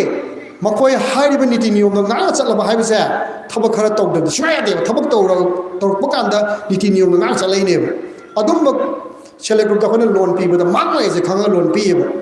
चामदा 99% सक्सेस होय सेल्फ ग्रुप MSCB ना पीबदा अदुम सम परसेंटेज करा मरुइना अदुम आई डिस्ट्रिक्ट ओइन पल्लबदा थवाल डिस्ट्रिक्ट की खरदि खितंग पुक्चिन सेंगदबगी ममी खरा तारकबगी अदु लई मदुना मांगजरकनी तुंगदा अफाबा सेल्फ ग्रुप मैम लोन फंगदबदा मखोयना मरम ओइरगा मखोयना लोन लौरगा सिंगक्तबदना मरम ओइरगा लोन फंगतन लंबेन अमा मखोयना जापा होरबनी मरुइना अखोय थवाल की सेल्फ ग्रुप अखोयगे डिस्ट्रिक्ट ओइना देते मरुइना थवाल ब्रांच दा कोनबे एरिया की सेल्फ ग्रुप खरा अदगी लोनी खरा सुमाइना आइदि सिजु अवेयरनेस मखल मने काय मांगजगे बकांदा सिदाइसदा लेरिबा सेल्फ ग्रुप मैम अखोय थाजरगा लोन पीगरे लोनी मैम अमा इंडिविजुअल लोन मैम पीगरे थबक खरदी तौरकनी खंदना तौसु तौरमे तौरकनी खलगा अदुबो मतम सांगबा पेरेंटनिना अखोयगे सम आफ्टर सही अमा अनि मतुंगदा लोन सिंगक्तबगी सुम लाकबजे सिना मरम ओइरगा अखोयगे सेल्फ ग्रुप अनो मैम तसिंग थबक सुजगे थोलकपा तसिंग लौमी ओइबा सा लोइजबा अखोयगे जेल लोइजबा ओक लोइजबा कामो मैम लोन लौजगे ना बैंक जो लोइना हाइरबा अदुम लाक मैम अखोय बैंक लोन पीनो होना मकांदा अखोयजे कुचे सुम तिंथोकपा ngमक्तरे तेंजले भाइस मसिगे एरिया से लोन लौथोरगा ममांगदुसुने तौरे सही अमनिदि लोन सिंगमनि अदु मतुंगदि मोय लोन सिंगारो हाबिगी पोसे सिगे रेकॉर्ड से चक्किदुइने सिगे मांगजेबजे करादा मांगजेगे हाइरिबा लमदम लेकाय दु लोइनमक सोलखदुइने सिगुम पोटकसे अखोयना हाइनागदबनेबा नखोय बेंगी लोन लौरदि सिंगुने नोयगी मतुंगदा लाइबा नोयगी अंगांग मैम अमा सिदैसदा थबक तसेंग सुजरगा बेंग समदरगा सखटगी लंबेन चंजनगदा मैम नोयना लंबेन याथलमे बेंग चंगबा ngamdre अखोय हाइबिगी पोसे अखोयजु दुम हाइसे लोन लौरबा मी यावमगदि बेंगी लोन लौरदि सिंगतोबिगो नोय माइ तवदि मतुंग दाबा मी सिंग माइ लोन फंगनी फंगरोयना हाइ पोसे सिजो अखोय दुम संतोकमिनसे मसिगे अवेयरनेस नत्रगदि यारो अखोय चखनमिना बमता सिने बेंगी अखोयगी खंजन याबा मैम अमा लैरिसे अदुने सिगुम मैम से खंगदबदगिने अखोयना ngसाइगी मी सिंगसिना लोन गजि लौथोकरकांदा करी वन खलके कांदा अखोयगी ꯑꯁꯤꯡꯗꯁꯨ ꯌꯥꯕꯅꯤꯗꯒ ꯍꯥꯏꯕ ꯃꯤꯁꯨ ꯌꯥꯝ ꯀꯧꯇꯧ ꯑꯃ ꯌꯥꯎꯋꯦ ꯃꯔꯨꯑꯣꯏꯅ ꯁꯤ ꯒꯚꯔꯟꯃꯦꯟꯠꯗꯒ ꯑꯩꯈꯣꯏꯒꯤ ꯍꯟꯗꯛꯀꯤ ꯃꯣꯏꯒꯤ ꯄ꯭ꯔꯣꯒ꯭ꯔꯥꯝ ꯃꯌꯥꯝ ꯑꯃ ꯇꯧꯕꯗꯨꯗ ꯆꯪꯁꯤꯜꯂꯨꯔꯒ ꯑꯩꯈꯣꯏꯒꯤ MSCB ꯆꯠꯂꯨ MRB ꯆꯠꯂꯨ ꯑꯗꯨ ꯆꯠꯂꯨ ꯀꯥꯏꯅ ꯌꯥꯝ ꯂꯥꯏꯅ ꯈꯨꯗꯛꯇ ꯑꯩꯈꯣꯏꯁꯨ ꯍꯥꯏꯔꯤꯕꯁꯤꯡꯁꯨ ꯃꯥꯒꯤ ꯇꯧꯐꯝ ꯊꯣꯛꯄ ꯅꯤꯇꯤ ꯅꯤꯌꯣꯝꯗ ꯇꯧꯔꯀꯥꯟꯗ ꯂꯣꯟꯁꯦ ꯄꯤꯊꯣꯛꯑꯀꯥꯟꯗ ꯂꯣꯟ ꯊꯧ ꯆꯠꯀꯥꯟꯗ ꯑꯁ ꯃꯗꯨ ꯂꯣꯟꯗꯨꯗꯤ ꯁꯤꯡꯉꯣꯏꯗꯕꯅꯤ ꯀꯥꯏ ꯍꯥꯏꯖꯤꯜꯂꯛꯄ ꯑꯩꯅ ꯈꯛ ꯍꯥꯏꯖꯔꯝꯒꯦ ꯂꯣꯟ ꯍꯥꯏꯕ ꯋꯥꯍꯩꯁꯦ ꯍꯦꯛ ꯇꯥꯔꯕ ꯁꯤꯡꯒꯗꯕꯅꯤ 100% ꯕꯦꯡꯗ ꯂꯩꯔꯤꯕ ꯄꯩꯁꯥ ꯕꯦꯡꯅ ꯅꯝꯕ ꯅꯠꯇꯦ ꯑꯩꯈꯣꯏꯒꯤ ꯄꯩꯁꯥ ꯅꯠꯇꯦ ꯃꯥꯡꯗ ꯐꯝꯕꯤꯔꯤꯕ ꯃꯅꯤꯄꯨꯔꯗ ꯂꯩꯕꯤꯔꯤꯕ ꯃꯤꯌꯥꯝꯅ ꯅꯨꯡꯁꯤꯕꯤꯕꯗꯒꯤ ꯈꯔ ꯈꯔ ꯊꯝꯖꯤꯜꯂꯛꯄ ꯄꯩꯁꯥꯗꯣ ꯑꯗꯨꯅꯦꯕ ꯕꯦꯡꯗ ꯂꯩꯕ ꯄꯩꯁꯥꯁꯦ ꯑꯩꯈꯣꯏꯅ ꯄꯩꯁా ꯅꯝꯃꯨꯕꯁꯨ ꯅꯠꯇꯦꯕ ꯑꯩꯈꯣꯏꯗꯒꯤ ꯄꯩꯁꯥ ꯍꯦꯟꯅ ꯑꯝꯇ ꯑꯩꯈꯣꯏꯅ ꯄꯨꯊꯣꯛꯄ ꯉꯝꯗꯦ ꯃꯌꯥꯝꯒꯤ ꯄꯩꯁꯥ ꯉꯥꯛꯇꯅꯦ ꯑꯩꯈꯣꯏꯗ ꯂꯩ ꯃꯌꯥꯝꯁꯦ ꯃꯌꯥꯝꯒꯤ ꯄꯩꯁꯥꯗꯣ ꯑꯣꯟꯗꯅ ꯁꯣꯝꯗ ꯑꯃꯨꯛ ꯄꯤꯕ ꯁꯣꯝꯗ ꯂꯥꯛꯄ ꯄꯩꯁꯥꯗꯣ ꯁꯣꯝꯗ ꯑꯃꯨꯛ ꯑꯣꯟꯈꯤꯕ ꯕꯦꯡꯗ ꯑꯃꯨꯛ ꯆꯪꯉꯛꯄ ꯁꯨꯃꯥꯏꯅ ꯎꯪꯉ ꯁꯥꯟꯅꯕꯅꯦꯕ ꯁꯤ ꯄꯨꯝꯅꯃꯛꯁꯦ ꯑꯩꯈꯣꯏ ꯈꯪꯃꯤꯟꯅꯒꯗꯕꯅꯤ ꯂꯣꯟ ꯍꯥꯏꯕ ꯋꯥꯍꯩꯁꯦ ꯃꯁꯤꯕꯨ ꯍꯦꯛ ꯇꯥꯔꯕ ꯄꯩꯁꯥ ꯄꯨꯕꯅꯤ 100% ꯑꯩꯈꯣꯏ ꯁꯤꯡꯗꯕ ꯌꯥꯗꯦ ꯍꯥꯏꯕ ꯄꯣꯠꯁꯦ ꯁꯤꯃ ꯀꯣꯛꯇ ꯊꯝꯕꯤꯔꯣ ꯅꯝꯕꯔ 1 ꯁꯕꯁꯤꯗꯤ ꯄꯤꯗꯦ ꯕꯦꯡꯅ ꯑꯩꯈꯣꯏꯒꯤ ꯕꯦꯡ MSCBꯅ ꯁꯕꯁꯤꯗꯤ ꯄꯤꯕ ꯉꯝꯗꯦ ꯑꯩꯈꯣꯏꯒꯤ ꯁꯥꯏꯠꯇꯒꯤ ꯑꯩꯈꯣꯏꯅ ꯒ꯭ꯔꯥꯟ ꯄꯤꯕ ꯉꯝꯗꯦ ꯕꯦꯡꯅ ꯄꯤꯕ ꯉꯝꯃꯤꯁꯤ ꯀꯩꯅꯣ ꯂꯣꯟ ꯂꯧꯈꯤꯕ ꯄꯩꯁꯥ ꯈꯨꯗꯤꯡꯃꯛ ꯁꯤꯡꯕ ꯌꯥꯅꯕꯒꯤ ꯑꯗꯨꯝꯕ ꯂꯣꯟ ꯄꯤꯕ ꯉꯝꯃꯦ ꯆꯨꯝꯃꯦ MSCBꯗ ꯁꯕꯁꯤꯗꯤ ꯂꯥꯛꯑꯦ ꯁꯕꯁꯤꯗꯤ ꯑꯩꯈꯣꯏꯅ ꯄꯤꯕ ꯅꯠꯇꯕ ꯑꯩꯈꯣꯏ ꯕꯦꯡ ꯄꯤꯕꯤꯕ ꯅꯠꯇꯕ ꯅꯕꯥꯔꯠꯅ ꯃꯇꯝ ꯃꯇꯨꯡ ꯏꯟꯅ ꯃꯈꯣꯏꯒꯤ ꯂꯣꯟ ꯃꯈꯜ ꯃꯌꯥꯝ ꯑꯃ ꯂꯥꯛꯑꯦ ꯄꯕ꯭ꯂꯤꯛꯇ ꯌꯧꯍꯟꯒꯗꯕ ꯀꯣ ꯑꯗꯨꯒꯨꯝꯕ ꯂꯣꯟꯁꯤꯡꯗ ꯁꯕꯁꯤꯗꯤ ꯌꯥꯎꯔꯒ ꯂꯥꯛꯄ ꯌꯥꯎꯋꯦ 10% 30% 20% ꯁꯨꯃꯥꯏꯅ ꯃꯣꯏ ꯃꯇꯝ ꯃꯇꯨꯡ ꯏꯟꯅ ꯍꯥꯏꯔꯤꯕ ꯄꯣꯔꯁꯟꯗꯣ ꯑꯩꯈꯣꯏ ꯕꯦꯡꯒꯤ ꯊ꯭ꯔꯨꯗꯒꯤ ꯐꯪꯍꯟꯕꯅꯦꯕ MSCBꯒꯤ ꯈꯨꯠꯊꯥꯡꯗ ꯌꯧꯍꯟꯈꯤꯕꯅꯦꯕ ꯁꯕꯁꯤꯗꯤꯗꯨꯗꯤ ꯑꯩꯈꯣꯏ ꯕꯦꯡꯅ ꯄꯤꯕ ꯅꯠꯇꯦꯕ ꯅꯕꯥꯔꯠꯅ ꯍꯥꯏꯔꯤꯕ ꯂꯣꯟ ꯂꯧꯔꯤꯕꯁꯤꯡꯗꯣ ꯃꯥꯒꯤ ꯂꯨꯄꯥ 1,00,000 ꯑꯃ ꯂꯧꯕ 30% ꯂꯣꯟ ꯁꯕꯁꯤꯗꯤ ꯄꯤꯕ ꯑꯣꯏꯗꯤ ꯂꯨꯄꯥ 50,000ꯁꯦ ꯁꯕꯁꯤꯗꯤ ꯍꯥꯏꯔꯒꯗꯤ ꯁꯤꯡꯉꯔꯣꯏ ꯁꯕꯁꯤꯗꯤ ꯍꯥꯏꯕ ꯄꯥꯔꯠꯁꯦ ꯂꯥꯛꯑꯒꯗꯤ ꯁꯤꯡꯉꯔꯣꯏ ꯑꯗꯨꯒ ꯂꯣꯟ ꯍꯥꯏꯕ ꯄꯥꯔꯠꯁꯦ ꯂꯥꯛꯑꯒꯗꯤ ꯁꯤꯡꯗꯣꯏꯅꯦꯕ ꯂꯨꯄꯥ 1,00,000 ꯑꯃ ꯂꯧꯕ 30% ꯁꯕꯁꯤꯗꯤ ꯍꯥꯏꯔꯒꯗꯤ 30,000 ꯂꯨꯄा 50,000 ꯁꯤꯡꯉꯔꯣꯏ 50,000 ꯂꯣꯟꯅꯦ ꯂꯣꯟꯗꯨꯅ ꯀꯅꯥꯅ ꯄꯤꯗꯣꯏꯕ ꯍꯥꯏꯔꯤꯕ ꯕꯦꯡꯗꯨꯅ ꯄꯤꯔꯝꯗꯣꯏꯅꯦ ꯁꯕꯁꯤꯗꯤꯅ ꯀꯅꯥ ꯄꯤꯔꯛꯀꯗꯣꯏꯕ ꯅꯕꯥꯔꯠꯇꯒꯤ ꯂꯥꯛꯀꯗꯣꯏꯕ ꯁꯤꯅꯦꯕ ꯇꯧꯅꯔꯤꯁꯦ ꯑꯗꯨꯅꯤ ꯑꯩꯈꯣꯏꯒꯤ ꯕꯦꯡꯅꯗꯤ ꯁꯕꯁꯤꯗꯤ ꯄꯤꯕ ꯉꯝꯗꯦ ꯑꯩꯈꯣꯏꯅ ꯒ꯭ꯔꯥꯟ ꯄꯤꯕꯁꯨ ꯉꯝꯗꯦ ꯅꯕꯥꯔꯠꯅ ꯄꯤꯔꯛꯀꯅꯤ ꯁꯕꯁꯤꯗꯤꯒꯨꯝꯕ ꯒꯚꯔꯟꯃꯦꯟꯠꯅ ꯃꯇꯝꯒꯤ ꯒ꯭ꯔꯥꯟ ꯄꯤꯔꯛꯀꯅꯤ ꯃꯤꯌꯥꯝꯒꯤꯗꯃꯛꯇ ꯑꯗꯨꯒ ꯕꯦꯡꯗꯤ ꯃꯤꯌꯥꯝꯒꯤ ꯄꯩꯁꯥ ꯄꯨꯝꯅꯃꯛ ꯂꯥꯛꯑꯒ ꯁꯦꯟꯅꯖꯕꯅꯤ ꯁꯦꯟꯅꯔꯤꯕ ꯄꯩꯁꯥꯗꯣ ꯑꯣꯟ ꯄꯤꯕꯅꯤꯅ ꯑꯩꯈꯣꯏ ꯁꯥꯏꯠꯇꯒꯤ ꯑꯍꯦꯟꯕ ꯄꯩꯁꯥ ꯂꯩꯇꯕꯅꯤꯅ ꯑꯗꯨꯒꯨꯝꯕ ꯒ꯭ꯔꯥꯟ ꯁꯕꯁꯤꯗꯤ ꯄꯤꯕꯗꯤ ꯑꯩꯈꯣꯏ ꯂꯩꯖꯗꯦ ꯑꯗꯨꯅ ꯑꯩꯅ ꯍꯥꯏꯖꯅꯤꯡꯉꯤꯗꯤ ꯁꯕꯁꯤꯗꯤ ꯒ꯭ꯔꯥꯟ ꯍꯥꯏꯕ ꯁꯔꯨꯛꯁꯦ ꯁꯤꯡꯔꯣꯏꯗꯕ ꯄꯩꯁꯥꯅꯤ ꯃꯁꯤ ꯑꯃ ꯕꯦꯡꯅ ꯄꯤꯕ ꯉꯝꯗꯦ ꯑꯗꯣ ꯕꯦꯡꯅ ꯄꯤꯕ ꯉꯝꯃꯤꯁꯤ ꯀꯩꯅꯣ ꯂꯣꯟ ꯑꯁꯤ ꯀꯩꯅꯣ ꯄꯩꯁꯥ ꯄꯨꯗꯣꯏꯅꯦ ꯃꯇꯝ ꯈꯔꯒꯤ ꯑꯣꯏꯅ ꯍꯥꯏꯔꯤꯕ ꯄꯩꯁꯥ ꯂꯧꯈꯤꯕ ꯄꯩꯁꯥ ꯈꯨꯗꯤꯡꯃꯛ ꯑꯄꯤꯛꯄ ꯁꯦꯟꯗꯣꯏ ꯑꯃꯃꯝꯒ ꯂꯣꯏꯅꯔꯒ ꯃꯇꯝ ꯆꯥꯅ ꯕꯦꯡꯗ ꯁꯤꯡꯕꯤꯔꯛꯀꯗꯕꯅꯦꯕ ꯃꯁꯤꯁꯨ ꯃꯌꯥꯝ ꯄꯨꯟꯅ ꯈꯪꯃꯤꯟꯅꯁꯦ ꯃꯌꯥꯝ ꯒ꯭ꯌꯥꯟ ꯇꯥꯏꯀꯣ ꯁꯤꯒꯤ ꯃꯇꯥꯡꯁꯤꯗ ꯃꯌꯥꯝ ꯈꯤꯇꯪ ꯈꯪꯕꯤꯅꯤꯡꯕ ꯀꯩ ꯑꯇꯣꯞꯄ ꯀꯩ ꯂꯩ ꯑꯗꯣ ꯈꯪꯍꯧꯗꯕꯒ ꯌꯥꯎꯔꯁꯨ ꯑꯗꯨꯝ ꯃꯔꯛꯇ ꯑꯗꯨꯝ ꯍꯪꯖꯟꯕꯤꯔꯣ ꯊꯣꯏꯗꯣꯛꯄ ꯀꯩꯁꯨ ꯂꯩꯇꯕ꯭ꯔꯥ ꯑꯩ ꯃꯈꯥ ꯁꯨꯝ ꯆꯠꯊꯔꯒꯦꯀꯣ ꯑꯣꯀꯦ ꯃꯈꯥ ꯆꯠꯊꯔꯛꯄꯗ ꯍꯧꯖꯤꯛꯁꯤ ꯑꯌꯥꯝꯕꯅ ꯑꯩꯈꯣꯏꯒꯤ ꯁꯤ ꯂꯩꯁꯦ ꯌꯥꯎꯔꯝꯕꯁꯨ ꯌꯥꯏ MSCBꯗ ꯑꯦꯀꯥꯎꯟ ꯂꯩꯕ ꯃꯤ ꯃꯁꯤꯡ ꯈꯔ ꯌꯥꯎꯕꯁꯤꯗꯤ MSCBꯗ ꯂꯩꯕꯁꯤ ꯀꯌꯥꯝ ꯌꯥꯎꯗꯕ꯭ꯔꯥ MSCBꯗ ꯌꯥꯎꯕ ꯍꯥꯡꯕꯒꯩ ꯑꯝꯇ ꯊꯥꯒꯠꯄꯤꯔꯛꯎ ओके मी 5-6 कुंबदी लेरेको सिनी आइनो पुनिंग ख्वाइ नुंसिरिजे मी याम पुलमेबको लोन जे MSCB दि लोइना होप तौदैनि आशा म तौदैनि MSCB जम नुआइबने लोन लौबसे नुआइबने अदम मखै खंग चानो खरग लेरदि थबक खर सुए हारदि ट्रांजैक्शन खरग तौ इवा वादबिदा लोन जे दम पिये याम सेना कांदा खै पिये लोन अदम मी सिंगसे लेरमीबा पुलमीबा मी सिंगसे खुताक तक हाय अखोना MSCB थागलगा मी 3 9 10 को साइडन थागलतबा अदबो अतै बैंक दि लो हांगबनेबा हांगी बातै बैंक सिंग चंगगा लोन पियो हाइबदि हन्नबु येंगवाइबा होय सम अखोइगी रीजनल बैंक अखोइगी MRD गुम कईगुम अखोइगी तसैन मणिपुरगी कनोसिदा लेजरगदबा सुम बैंक खरदि अखोइदा माइ ओजन दबे यादेबा मणिपुर कददसु लेतरसु याद्रबा लेतर याद्रबा बैंक अखोइना मणिपुर मियाम द लोन पीद्रगदि खरादा पिरुदोइनोबा अतो मिंगोने पॉलिटिकल नेशनलाइज बैंक दी अखोइदा पीद्रगसु मोजे मयाम बिबम ले मखोइ जाम नुआय मखोइ नुआय ले बोटे अचौ पैसा गैसु मोइदो लेनी सरकारी थबक डिपार्टमेंट मैम मोइदो अकाउंट लोय हांगनी अदुगुम चाम सुरदब लोन जे मोइ लोय पीनेब ꯁꯔꯚꯤꯁ ꯂꯣꯟ ꯃꯅꯤꯄꯨꯔꯗ ꯊꯕꯛ ꯇꯧꯔꯤꯕ ꯁꯔꯀꯥꯔꯒꯤ ꯊꯕꯛ ꯇꯧꯔꯤꯕ ꯁꯦꯟꯇ꯭ꯔꯦꯜꯒꯤ ꯑꯗꯒꯤ ꯁꯤ ꯁ꯭ꯇꯦꯠꯀꯤ ꯂꯩꯔꯤꯕ ꯃꯤ 90%ꯗꯤ ꯃꯣꯏꯗ ꯑꯦꯀꯥꯎꯟ ꯍꯥꯡꯉꯦꯕ ꯑꯗꯨꯝꯕ ꯃꯌꯥꯝꯗꯨꯅ ꯂꯨꯄꯥ ꯂꯥꯛ 10 ꯀꯨꯟ ꯀꯨꯟꯊ꯭ꯔꯥ ꯂꯥꯛ ꯀꯨꯟ ꯀꯨꯟꯊ꯭ꯔꯥ ꯄꯤꯈꯤꯕꯗ ꯃꯈꯣꯏ ꯌꯥꯝꯅ ꯅꯨꯡꯉꯥꯏꯅ ꯍꯤꯡꯉꯦꯕ ꯋꯥꯗꯦꯕ ꯑꯗꯣ ꯃꯅꯤꯄꯨꯔ ꯁ꯭ꯇꯦꯠ ꯀꯣꯑꯣꯄꯔꯦꯇꯤꯚ ꯕꯦꯡꯒꯨꯝꯕꯁꯤꯗꯤ ꯀꯩꯅꯣ ꯃꯅꯤꯄꯨꯔꯒꯤ ꯃꯅꯨꯡ ꯆꯪꯁꯤꯜꯂꯒ ꯆꯤꯡ ꯃꯥꯟ ꯃꯅꯨꯡ ꯆꯪꯁꯤꯜꯂꯒ ꯈꯨꯡꯒꯪ ꯑꯣꯏꯔꯁꯨ ꯃꯅꯨꯡ ꯆꯪꯁꯤꯜꯂꯒ ꯀꯅꯥ ꯊꯕꯛ ꯁꯨꯕ ꯂꯩꯔꯤꯒꯦ ꯍꯥꯏꯅ ꯀꯣꯏꯊꯤ ꯊꯤꯔꯒ ꯅꯪ bank Manipur state cooperative bank ꯀꯧꯕ ꯑꯃ ꯂꯩ ꯅꯪ ꯁꯤꯗꯩꯁꯤꯗ ꯑꯦꯀꯥꯎꯟ ꯑꯃ ꯍꯥꯡꯉꯒ ꯃꯇꯝ ꯈꯔ ꯁꯥꯟꯅꯔꯣ ꯑꯗꯨꯒ ꯅꯪ ꯊꯕꯛ ꯁꯨꯔꯤꯗꯣ ꯆꯥꯎꯈꯠꯂꯣ ꯑꯩꯈꯣꯏ ꯂꯣꯟ ꯄꯤꯒꯦ ꯍꯥꯏꯔꯒ ꯀꯣꯏꯊꯤ ꯊꯤꯕ ꯆꯠꯄ ꯑꯩꯈꯣꯏ ꯑꯗꯨꯝꯕ ꯕꯦꯡꯅꯦꯕ ꯑꯩꯈꯣꯏꯗꯤ ꯑꯗꯣ ꯅꯨꯡꯁꯤꯕꯤꯌꯨ ꯇꯁꯦꯡꯅ ꯃꯅꯤꯄꯨꯔ ꯁ꯭ꯇꯦꯠ ꯀꯣꯑꯣꯄꯔꯦꯇꯤꯚ ꯕꯦꯡ ꯃꯅꯤꯄꯨꯔꯗꯒꯤ ꯍꯦꯟꯗꯣꯛꯄ ꯌꯥꯗ꯭ꯔꯕꯅꯤ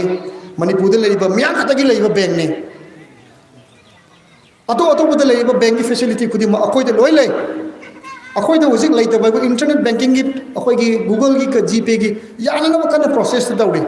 ꯕꯠ ꯏꯟꯇꯔꯅꯦꯠ ꯕꯦꯡꯀꯤꯡꯗꯁꯨ ꯑꯩꯈꯣꯏ ꯕꯤꯡ ꯔꯥꯏꯠ ꯍꯥꯏꯗꯅ ꯑꯗꯣꯝꯒꯤ ꯑꯦꯀꯥꯎꯟ ꯆꯦꯛ ꯇꯧꯕ ꯈꯣꯠꯄ ꯁ꯭ꯇꯦꯠꯃꯦꯟ ꯑꯃ ꯂꯧꯕ ꯌꯥꯕꯒꯤ ꯄꯣꯠꯇꯨ ꯑꯩꯈꯣꯏ ꯑꯗꯨꯒꯤ ꯁ꯭ꯇꯦꯖꯇ ꯆꯪꯁꯤꯟꯈ꯭ꯔꯕꯅꯤ ꯄꯩꯁꯥ ꯊꯥꯗꯣꯛ ꯊꯥꯖꯤꯟꯒꯤ ꯕꯦꯡꯗ ꯂꯥꯛꯑꯒ ꯇꯧꯕ ꯈꯣꯠꯄ ꯑꯗꯨꯒꯤꯗꯤ ꯂꯣꯏ ꯌꯥꯔꯕꯅꯤ ꯑꯩꯈꯣꯏꯗ ꯌꯥꯗꯕ ꯂꯩꯇꯦ ATM ꯈꯨꯗꯛꯇ ꯄꯤ ꯕꯦꯡꯒꯤ ꯕ꯭ꯔꯥꯟꯁ ꯈꯨꯗꯤꯡꯃꯛꯇꯤ ATM ꯑꯃ ꯂꯣꯏ ꯈꯤꯜꯂꯦ ꯑꯩꯈꯣꯏꯒꯤ ꯁꯨꯃꯥꯏꯅ ꯇꯧꯗꯅ ꯍꯧꯖꯤꯛ ꯃꯇꯝꯒꯤ ꯃꯇꯨꯡ ꯏꯟꯅ ꯕ꯭ꯔꯥꯟꯁ ꯃꯁꯤꯡꯁꯨ ꯑꯗꯨꯝ ꯍꯦꯟꯒꯠꯂꯛꯏ ꯑꯗꯨꯅ ꯃꯅꯤꯄꯨꯔꯗ ꯂꯩꯔꯤꯕ ꯃꯤꯌꯥꯝꯒꯤꯗꯃꯛꯇ ꯂꯩꯔꯤꯕ ꯕꯦꯡꯁꯤ ꯃꯌꯥꯝꯅ ꯍꯦꯟꯅ ꯅꯨꯡꯁꯤꯕꯤꯌꯨ ꯑꯗꯨꯒ ꯑꯦꯀꯥꯎꯟ ꯑꯃ ꯍꯥꯡꯗꯣꯛꯄꯤꯌꯨ ꯑꯗꯨꯒ ꯑꯗꯣꯝꯅ ꯄꯥꯝꯃꯤꯕꯗꯣ ꯃꯇꯝꯒꯤ ꯃꯇꯨꯡ ꯏꯟꯅ ꯌꯦꯡꯁꯦꯕ ꯂꯣꯟ ꯄꯤꯔꯛꯇꯕ꯭ꯔꯥ ꯇꯧꯕꯗꯨ ꯑꯩ ꯍꯥꯏꯖꯈꯤꯕꯗꯣ ꯄꯨꯛꯆꯦꯜ ꯁꯦꯡꯅ ꯊꯕꯛ ꯇꯁꯦꯡꯅ ꯁꯨꯕ ꯑꯃꯗꯤ ꯗꯔꯀꯥꯔ ꯂꯩ ꯍꯥꯏꯕꯗꯣ ꯑꯗꯨꯝꯅ ꯁꯨꯀꯥꯎ ꯀꯥꯎꯕꯤꯒꯅꯨ ꯂꯣꯟ ꯑꯃ ꯂꯧꯅ ꯍꯣꯠꯅꯕꯗ ꯌꯥꯝ ꯄꯨꯛꯆꯦꯜ ꯁꯦꯡꯅ ꯑꯩ ꯆꯥꯎꯈꯠꯇꯕ ꯁꯨꯡꯌꯥ ꯌꯥꯗꯦ ꯍꯥꯏꯕ ꯄꯣꯠꯁꯦ ꯁꯤꯒ ꯂꯣꯏꯅꯅ ꯊꯕꯛ ꯁꯨꯕ ꯃꯤꯁꯤꯡꯗꯣ ꯂꯣꯟ ꯄꯤꯔꯛꯇꯕ꯭ꯔꯥ ꯌꯦꯡꯁꯦꯕ ꯑꯝꯇ ꯑꯗꯨꯝ ꯀꯥꯟꯗ ꯄꯤꯔꯛꯇꯦ ꯍꯥꯏꯗꯤ ꯃꯤꯌꯥꯝ ꯃꯃꯥꯡꯗ ꯃꯅꯤꯄꯨꯔ ꯁ꯭ꯇꯦꯠ ꯀꯣꯑꯣꯄꯔꯦꯇꯤꯚ ꯕꯦꯡꯛ ꯑꯅꯤꯈꯛ ꯂꯥꯛꯄꯅꯦ ꯑꯩ ꯌꯥꯝ ꯇꯦꯟꯇꯛꯅ ꯍꯥꯏꯒꯦ ꯂꯨꯄꯥ 10ꯒꯤ ꯑꯃꯒ ꯑꯃꯅ ꯂꯨꯄꯥ 130 ꯄꯨꯈꯤ ꯃꯌꯥꯝ ꯈꯪꯕꯤꯔꯕ PMSBY ꯍꯥꯏꯗꯅ ꯑꯃ ꯂꯩꯕꯅꯤ PMSBY ꯄ꯭ꯔꯙꯥꯟ ꯃꯟꯇ꯭ꯔꯤ ꯁꯨꯔꯛꯁꯥ ꯕꯤꯃꯥ ꯌꯣꯖꯅꯥ ꯍꯥꯏꯗꯅ ꯂꯨꯄꯥ 10ꯅ ꯑꯗꯣꯝꯅ ꯑꯦꯀꯥꯎꯟ ꯍꯥꯡꯉꯤꯕ ꯕꯦꯡꯁꯤꯡꯗ ꯂꯣꯏ ꯌꯥꯎꯕꯤꯕ ꯌꯥꯏ ꯀꯩꯁꯨ ꯀꯥꯏꯗꯦ ꯑꯩꯈꯣꯏꯒꯤ ꯕꯦꯡꯗ ꯅꯠꯇ꯭ꯔꯒꯁꯨ ꯑꯩꯈꯣꯏ ꯕꯦꯡꯗ ꯑꯦꯀꯥꯎꯟ ꯂꯩꯕ ꯀꯥꯡꯕꯨꯅ ꯑꯩꯈꯣꯏ ꯕꯦꯡꯗ ꯑꯗꯨꯝ ꯌꯥꯎꯕꯤꯔꯣ ꯂꯨꯄꯥ 10ꯅ ꯑꯗꯨꯒꯨꯝꯕ ꯑꯦꯛꯁꯤꯗꯦꯟ ꯏꯟꯁꯨꯔꯦꯟꯁ ꯍꯥꯏꯅ ꯑꯦꯛꯁꯤꯗꯦꯟꯒꯤ ꯑꯣꯏꯕ ꯏꯟꯁꯨꯔꯦꯟꯁꯅꯤ ꯑꯦꯛꯁꯤꯗꯦꯟ ꯊꯣꯛꯑꯀꯥꯟꯗ ꯀꯟꯗꯤꯁꯟ ꯄꯤ ꯃꯥꯅ ꯆꯍꯤ 19ꯗꯒꯤꯅ ꯆꯍꯤ 60 ꯐꯥꯎꯒꯤ ꯃꯅꯨꯡꯗ ꯂꯩꯕ ꯃꯤꯅ ꯌꯥꯎꯕ ꯌꯥꯒꯅꯤ ꯍꯥꯏꯗꯅ ꯆꯍꯤ 19 ꯍꯦꯛ ꯁꯨꯔꯕ ꯃꯤꯗꯒꯤꯅ ꯆꯍꯤ 60 ꯐꯥꯎꯒꯤ ꯃꯅꯨꯡꯗ ꯂꯩꯕ ꯃꯤꯅ PMSBY ꯁꯦ ꯑꯦꯀꯥꯎꯟ ꯑꯃ ꯍꯥꯡꯉꯒ ꯂꯨꯄꯥ 10 ꯇꯧꯔꯒ ꯐꯣꯔꯝ ꯑꯃ ꯃꯦꯜꯂꯒ ꯇꯧꯔꯒ ꯌꯥꯎꯕ ꯌꯥꯒꯅꯤ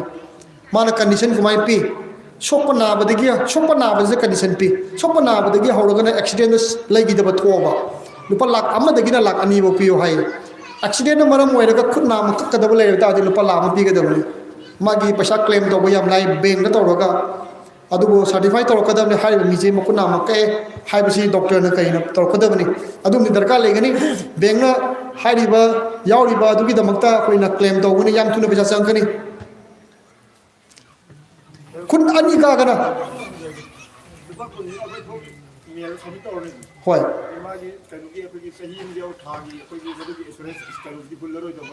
ꯑꯩ ꯍꯥꯏꯖꯔꯛꯑꯒꯦ ꯇꯞꯅ ꯃꯊꯪ ꯍꯥꯏꯖꯔꯛꯑꯒꯦ ꯑꯩꯈꯣꯏꯒꯤ ꯃꯥꯒꯤ ꯌꯥꯎꯒꯤ ꯄꯦꯔꯦꯠꯁꯦ ꯆꯍꯤ ꯑꯃꯒꯤꯅꯦ ꯂꯨꯄꯥ 10ꯅ ꯆꯍꯤ ꯑꯃꯗ ꯂꯨꯄा 10 खत्म होंदोइने मागे पेरेट से कमाई चले जून टू मे जून मे जून ना होबो ओइबा लोशला कुजना मे दो मे मतुं जुलाई दना सुमाने जून मे उंगेबा अदो सोमगी अकाउंट दा मे लोशला पसाई जा सिदे पैसा जे कप किदोइने मतंदा वान समुक्तम यावगी बसे आइना चला अदो मै लुपा 10 गिदो हुनगे लुपा 10 गिदो हुनगे ना हाइरा लोय अखोइना जो सोमदा लुपा 10 दो हुलो हाइरा लोय अदोंगी अकाउंट यावगी पैसा दा मतम योरपु मतमदा जून दा यावगी बिसना हुजि यावसु कसु गाइदे को हुजि यावसु कसु गाइदे अदुबो मे ददि लोय दोइनेबा माइ पेरेसे मे द लोय दोइने मे गे अरोइबि निमिस्ता मे गे थालो सला कुजेदा मथन चैगे होनुनि पैसा जे कक्की दोइने अदुना दरकार लेसे अकाउंट दा सम पैसा खरा यावगी दरकार दिले को लुपा 10 कक्प यागिने नबगी मे गे मतम योसला मत कक्की जून दा याव मी मसे मे दो लोसला कदोइनि मे गे मतम से लुपा 10 कक्कनि सुमाना उंग अदम ससगी दोइनि सही हुमरा बोगजे सही हुमरा बोग मनुंग दा फतन दा थोक्त्रगदि याम फरे नु खंतोसि आइना मदु यावबगी एक्सीडेंट में थोक्किदुना आई फतन दा थोक्तबने खंतोबसे अदोमना ngasi सही निफु सुरमी मना सही हुमरा बोग सुबकांदा लुपा 10 जे कुंट्रा कतने थिदुजे लुपा 10 नै जे सही निफु दगिना सही हुमरा बोग सही कुंट्रा कतनि दरा सही कुंट्रा दा मानो हुंदे जे 10 दा कुंट्रा कतने लुपा क्या लुपा 4 कतने ꯑꯗꯨ ꯃꯥꯅ ꯀꯕꯔ ꯇꯧꯔꯤꯗꯨꯗꯤ ꯇꯝꯕ ꯉꯝꯗꯦꯗꯅ ꯑꯩꯈꯣꯏꯁꯦ ꯀꯅꯥꯁꯨ ꯀꯝꯇ ꯉꯝꯗꯦ ꯍꯟꯗꯛ ꯀꯣꯚꯤꯗꯇꯨ ꯀꯅꯥꯅ ꯀꯩ ꯍꯥꯏ ꯉꯝꯒꯦ ꯑꯗꯨꯃꯥꯏꯅ ꯊꯣꯛꯂꯒ ꯂꯩꯔꯛꯀꯅꯤ ꯀꯩꯁꯦ ꯑꯗꯣ ꯀꯣꯚꯤꯗꯅ ꯁꯥꯊꯤꯅ ꯁꯣꯟꯈ꯭ꯔꯀꯥꯟꯗ ꯁꯤꯒꯨꯝꯕ ꯌꯥꯎꯔꯝꯕ ꯃꯤꯗꯤ ꯀꯥꯟꯅꯕ ꯐꯪꯈꯤ ꯃꯌꯥꯝꯁꯨ ꯌꯥꯎꯋꯦꯕ ꯁꯤꯅ ꯑꯦꯛꯁꯤꯗꯦꯟꯒꯤꯅꯤꯀꯣ ꯑꯦꯛꯁꯤꯗꯦꯟꯒꯤ ꯀꯟꯗꯤꯁꯟꯁꯦ ꯀꯃꯥꯏꯅ ꯃꯥꯅ ꯍꯥꯏꯒꯦ ꯍꯥꯏ ꯀꯥꯟꯗ ꯑꯩꯈꯣꯏꯒꯤꯁꯦ ꯅꯦꯆꯔꯦꯜ ꯀꯦꯂꯥꯃꯤꯇꯤꯁꯒꯨꯝꯕ ꯏꯁꯤꯡ ꯏꯆꯥꯎ ꯊꯣꯛꯂꯛꯇꯅ ꯌꯨꯝꯗ ꯆꯤꯡꯗꯅ ꯅꯟꯖꯟꯗꯅ ꯂꯩꯈꯤꯗꯕ ꯑꯗꯒꯤ ꯅꯟꯖꯟꯈꯤꯕꯗꯤ ꯈꯣꯡ ꯈꯨꯠ ꯀꯛꯇꯕ ꯌꯥꯗꯕ ꯀꯟꯗꯤꯁꯟ ꯂꯥꯛꯄ ꯈꯣꯡ ꯅꯥꯝꯃ ꯀꯠꯀꯅꯤ ꯈꯨꯠ ꯅꯥꯝꯃ ꯀꯛꯀꯅꯤꯒ ꯍꯥꯏ ꯀꯥꯟꯗꯅ ꯑꯩꯈꯣꯏꯒꯤ ꯂꯨꯄꯥ ꯂꯥꯛ 2 ꯄꯤꯌꯨ ꯈꯣꯡ 2 ꯀꯛꯑꯅꯤ ꯍꯥꯏꯔꯒ ꯂꯨꯄꯥ ꯂꯥꯛ 2 ꯄꯤꯒꯣ ꯈꯨꯠ ꯅꯥꯝꯃ ꯈꯛꯇꯪ ꯀꯛꯑꯅꯤ ꯍꯥꯏꯔꯒꯅ ꯂꯥꯛ 1 ꯄꯤꯒꯣ ꯃꯤꯠꯁꯦ ꯑꯅꯤꯃꯛ ꯎꯈꯤꯗ꯭ꯔꯦ ꯍꯥꯏꯔꯒꯅ ꯂꯥꯛ 2 ꯄꯤꯌꯨꯒ ꯍꯥꯏꯕ ꯀꯔꯤꯒꯨꯝꯕ ꯂꯩꯈꯤꯗꯕ ꯊꯣꯛꯑꯒꯗꯤ ꯂꯥꯛ 2 ꯄꯤꯌꯨ ꯁꯤꯅꯦ ꯃꯥ ꯍꯥꯏꯁꯦ ꯁꯣꯛꯄ ꯅꯥꯕ ꯍꯥꯏꯅ ꯑꯦꯛꯁꯤꯗꯦꯟ ꯊꯣꯛꯑꯒ ꯑꯩꯒꯤ ꯂꯪꯅ ꯈꯔ ꯐꯣꯠꯄꯗꯣ ꯑꯗꯨꯃꯛꯇꯤ ꯍꯥꯏꯗ꯭ꯔꯦꯀꯣ ꯃꯥꯅ ꯍꯥꯏꯕ ꯃꯣꯏꯅ ꯊꯝꯕ ꯀꯟꯗꯤꯁꯟꯗꯨꯅꯤ ꯑꯩꯅ ꯃꯌꯥꯝꯅ ꯊꯝꯖꯔꯤꯁꯤ나 ꯈꯨꯠ ꯀꯛꯄ ꯈꯣꯡ ꯀꯛꯈꯤꯕ ꯃꯤꯠ ꯎꯈꯤꯗꯕ ꯀꯣ 2 ꯎꯈꯤꯗꯕꯅ ꯂꯥꯛ 2 ꯄꯤꯌꯨ ꯈꯣꯡ ꯅꯥꯝ ꯈꯛꯇꯪ ꯀꯛꯈ꯭ꯔꯒꯅ ꯂꯥꯛ 1 ꯄꯤꯌꯨ ꯈꯣꯡꯒ ꯈꯨꯠꯀꯅ ꯑꯃꯃꯝ ꯀꯛꯇ ꯌꯥꯗ꯭ꯔꯦ ꯍꯥꯏꯔꯒꯗꯤ ꯂꯥꯛ 2 ꯄꯤꯒꯣ ꯂꯩꯈꯤꯗꯕ ꯊꯣꯛꯑꯒꯅ ꯂꯥꯛ 2 ꯁꯨꯃꯥꯏꯅ ꯑꯦꯛꯁꯤꯗꯦꯟ ꯑꯣꯏꯕ ꯑꯗꯒꯤ ꯁꯤ ꯑꯩꯈꯣꯏꯒꯤ ꯂꯧꯕꯨꯛꯇ ꯀꯩꯗ ꯑꯩꯈꯣꯏꯒꯤ ꯕ꯭ꯔꯖꯅ ꯀꯩꯅꯣ ꯇꯧꯔꯦ ꯀꯥꯏꯅ ꯌꯥꯎꯔꯤꯗꯅꯀꯣ ꯁꯨꯝꯕꯁꯦ ꯂꯥꯏꯕꯛ ꯊꯤꯕ ꯊꯧꯗꯣꯛꯇ ꯁꯤꯒꯨꯝꯕ ꯀꯟꯗꯤꯁꯟꯗ ꯂꯨꯄꯥ ꯂꯥꯛ 2 ꯄꯤꯒꯗꯕ ꯁꯨꯃꯥꯏꯅ ꯑꯦꯛꯁꯤꯗꯦꯟꯒꯤ ꯂꯨꯄꯥ 10 ꯌꯥꯎꯕꯁꯦ ꯂꯨꯄꯥ 10ꯒꯤ ꯀꯩꯅꯣꯁꯤꯅ ꯄꯤꯔꯤꯕ ꯀꯥꯟꯅꯕꯁꯦ ꯁꯤꯅꯦꯕ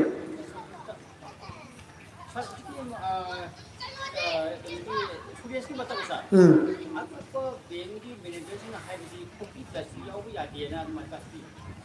40 + ꯌꯥꯎꯕ ꯌꯥꯗꯦꯅ ꯑꯗꯨꯗꯤ ꯑꯣꯟꯅꯔꯦ ꯑꯗꯨ ꯂꯥꯜꯂꯦ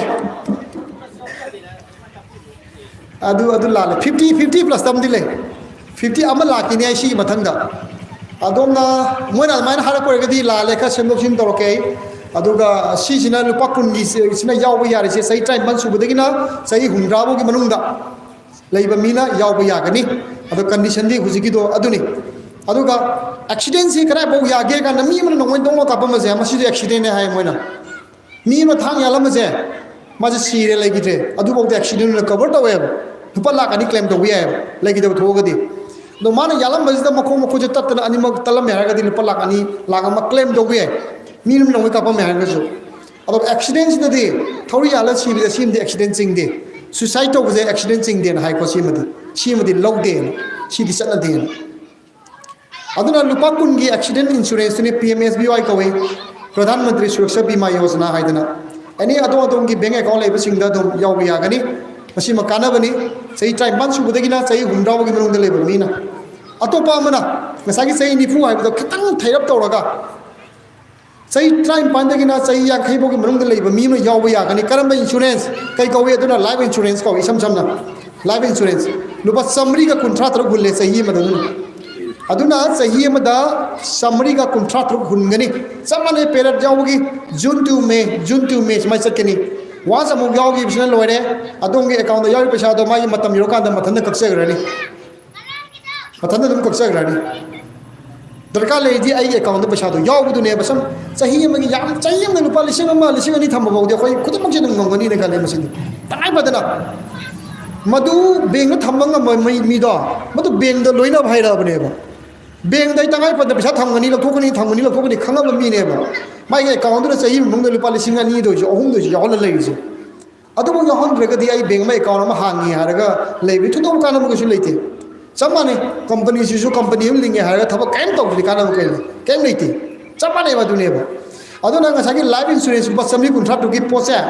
चमाने सही 19 दगिना सही 50 बोगी मनुंग लेबा मीना याव यागनी अदो मागी दे लाइफ इंश्योरेंस हाइबनिको सोपना बा याव या देशिदि ओली लेगिदबा थोबा सही 19 दगिना सही 50 बोगी मनुंग लेबा मीना याव यागनी अदुगा माना लेगिदबा थोपजे सही क्या बोगी मनुंगदा माना यावरिबा सही दगिना सही 55 फावगी मनुंगदा माजे लेगिदबा थोबा माना हेक यावगी बदिना सही 55 बोगी मनुंगदा लेगिदबा थोगदी लुपा लाखनी खुदक नदे सम पेरेडम पी 90 डेज की थाउंगी हाई थाउंग मसिबोद संगदे कोने क्लेम तौबदा मित्रा गानी ताते कुन यामद अदरिन संगदे याम तुंदे पैसा लाय मसाय अकाउंट संगे मसे मणिपुर दसु कोविड यौरकी कोविड की सेटिंग यौरकी अदुबो यामना मसिगी मांगजब तोंजब थीदना यौरम मी मयाम मदी कोविड मरम मोरे लगिदब सिंदा पैसा लोय फंगेबा मोजु तंगमदे मो यावसलमिदो मोय अदमाय न कोविड थोलकनी न यावगी बुसु नतेबा तंगमदबनिना यावसलुबने adugo mana leigidreba thoklagasu manung matam chadana lam leigide adugo magi family da di mana lupa matam da di hujiki samri contract matam da chawmu contract ko mainu khulame pia mi kitang insurance pesaje ado mana adu option miramu da magi family da lupa lak ani di phango weba adugo mate kanai haibida somna ngasi sahi ni fu sure sahi ya khai bogi manung da yawgodoini adugo pesa kaklakpadi ai ngasi yawjage haibise sahi ya khai manung da yawgodoini ko pesa kakpadi magi account ka ya khai manga bogi manung ya khai manga bogi kakani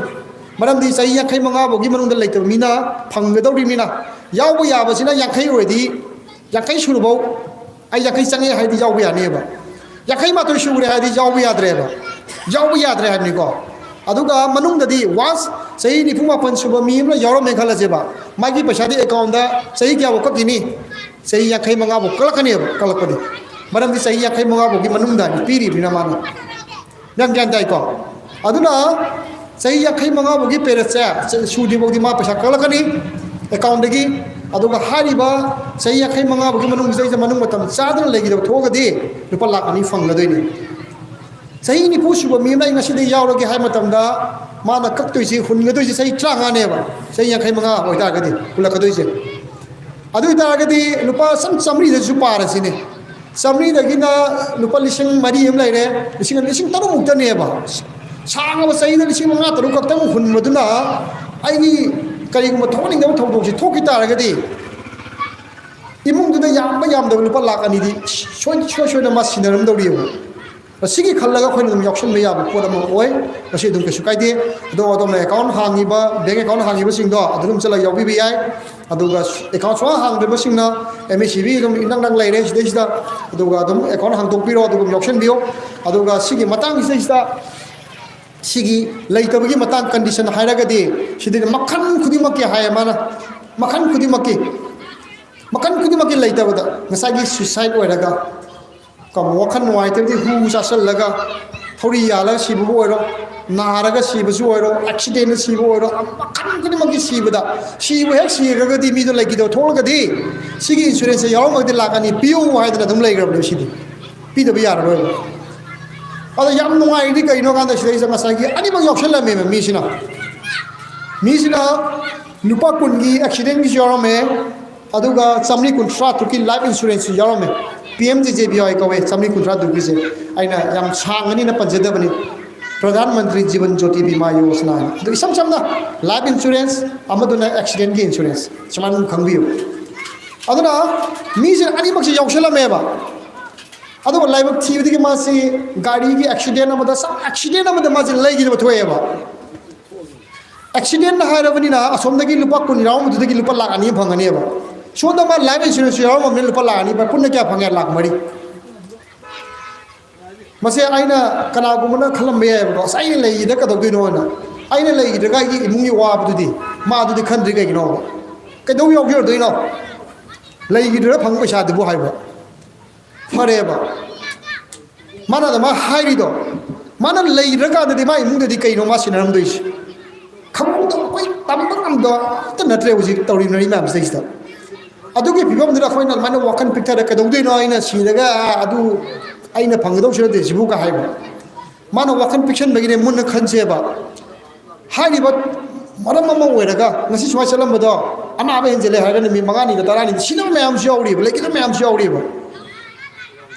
ado sigum ba posi option biram da ga di mana legi do thoga su imung du da pesa kha piram ga dori ba sini da ado ama ka di chandonge life insurance ki matang se aina ngasi yaure misi nuwa laga lagi da batwe accident ore accident da si gire mas adu ta ga di mana life insurance da di lupa laga ni di phangani ba life insurance ki wena di accident ai di accident ni huju dum thok su ya ba ai ngasi yaur ma ga ngala ga punga ni um batung da accident thok ga lagi da su ya wari mi adu di claim da wi ai ma gi di matam pi de ba adu ma sa ki life insurance da adu di numit kun thani pi ko numit kun thani gi matam sa nangi process to bagi kari gi gara gi myam matam long ra ka da numit kun thani gi marung da nangi phatan da gi thok matam da di akoina claim to wi ya de haina say for example mi ma koina imung ji da ma si ngasi hai ji ya ro ina khange ba ngasi yang si yara roina accident ni natre maji phamung le jata ra le yara roi se hai hafta manung ma ji yara roina ado ma la ga khubi shoi ni ngang shoi nam na tong ngang yaksal ta ra ga di adu ko mi ma wa thok tam na ti ba adu me condition me am yeng ga life insurance ki oi ba samri kun thatu ki po de di numit yaw gi ba de gi na numit kun thana gi manung da claim do ba ya di hai bam di yaw ri ko accident gi di yare accident gi di matam lai ti ai ngasi yaw ma se nunga la ga lai ba thi ba thok do ma di kong kam te ya de hai di mathang numit to claim do jare mathang numit claim do jare sini lai se insurance ki matang da मैं insurance की मतंग दो खंगबा दो खंगब यावरीबा खंगबिनिंगबा यानी को okay अदना bank की मतंग से ngamning idea am lay ada mapung oina ngasi gi si nupi pun me khar wali sai si sele group kra dile ai kan charang para sai di sele group kra dile gum dawne hoi lay da kra ha charang pata charang pat ke sai di sele group kra lay अदुगो साइगी ओइना दे रुपी सिंग से खितंग loan खर palm दबा दरकार ले तब सुमाले इथोक थोलकते अदुगो FO गी ओइना दे APC गी ओइना दे थोदोंग हाइनिंग दे साइ ममांग सु मयाम गांगमे आइना साइ हजन नाइजे बदो बेंगु नुसिबिबा अदुगो लोइना ना पुचेंग चेंगना थबक सुरंबा थबक सुरिबा अदुगुम्बा मिसिंग दुगी दमक्तदि मणिपुर स्टेट कोऑपरेटिव बैंक ना मतम पुरम मत थोंग लांग हांग याबिसे आई म्याम थमजरके अदु मतंग टेंशन जग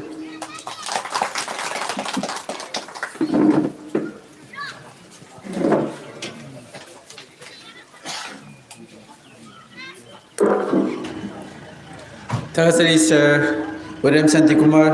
MSCB Head Office, Deputy Manager bu koi bank ki financial awareness ki mutang da marik chumbo mofam mayam thambiram bagi da bakta matang asidi Madam L Ranita Devi, MSCB Thobal Branch, Deputy Manager bu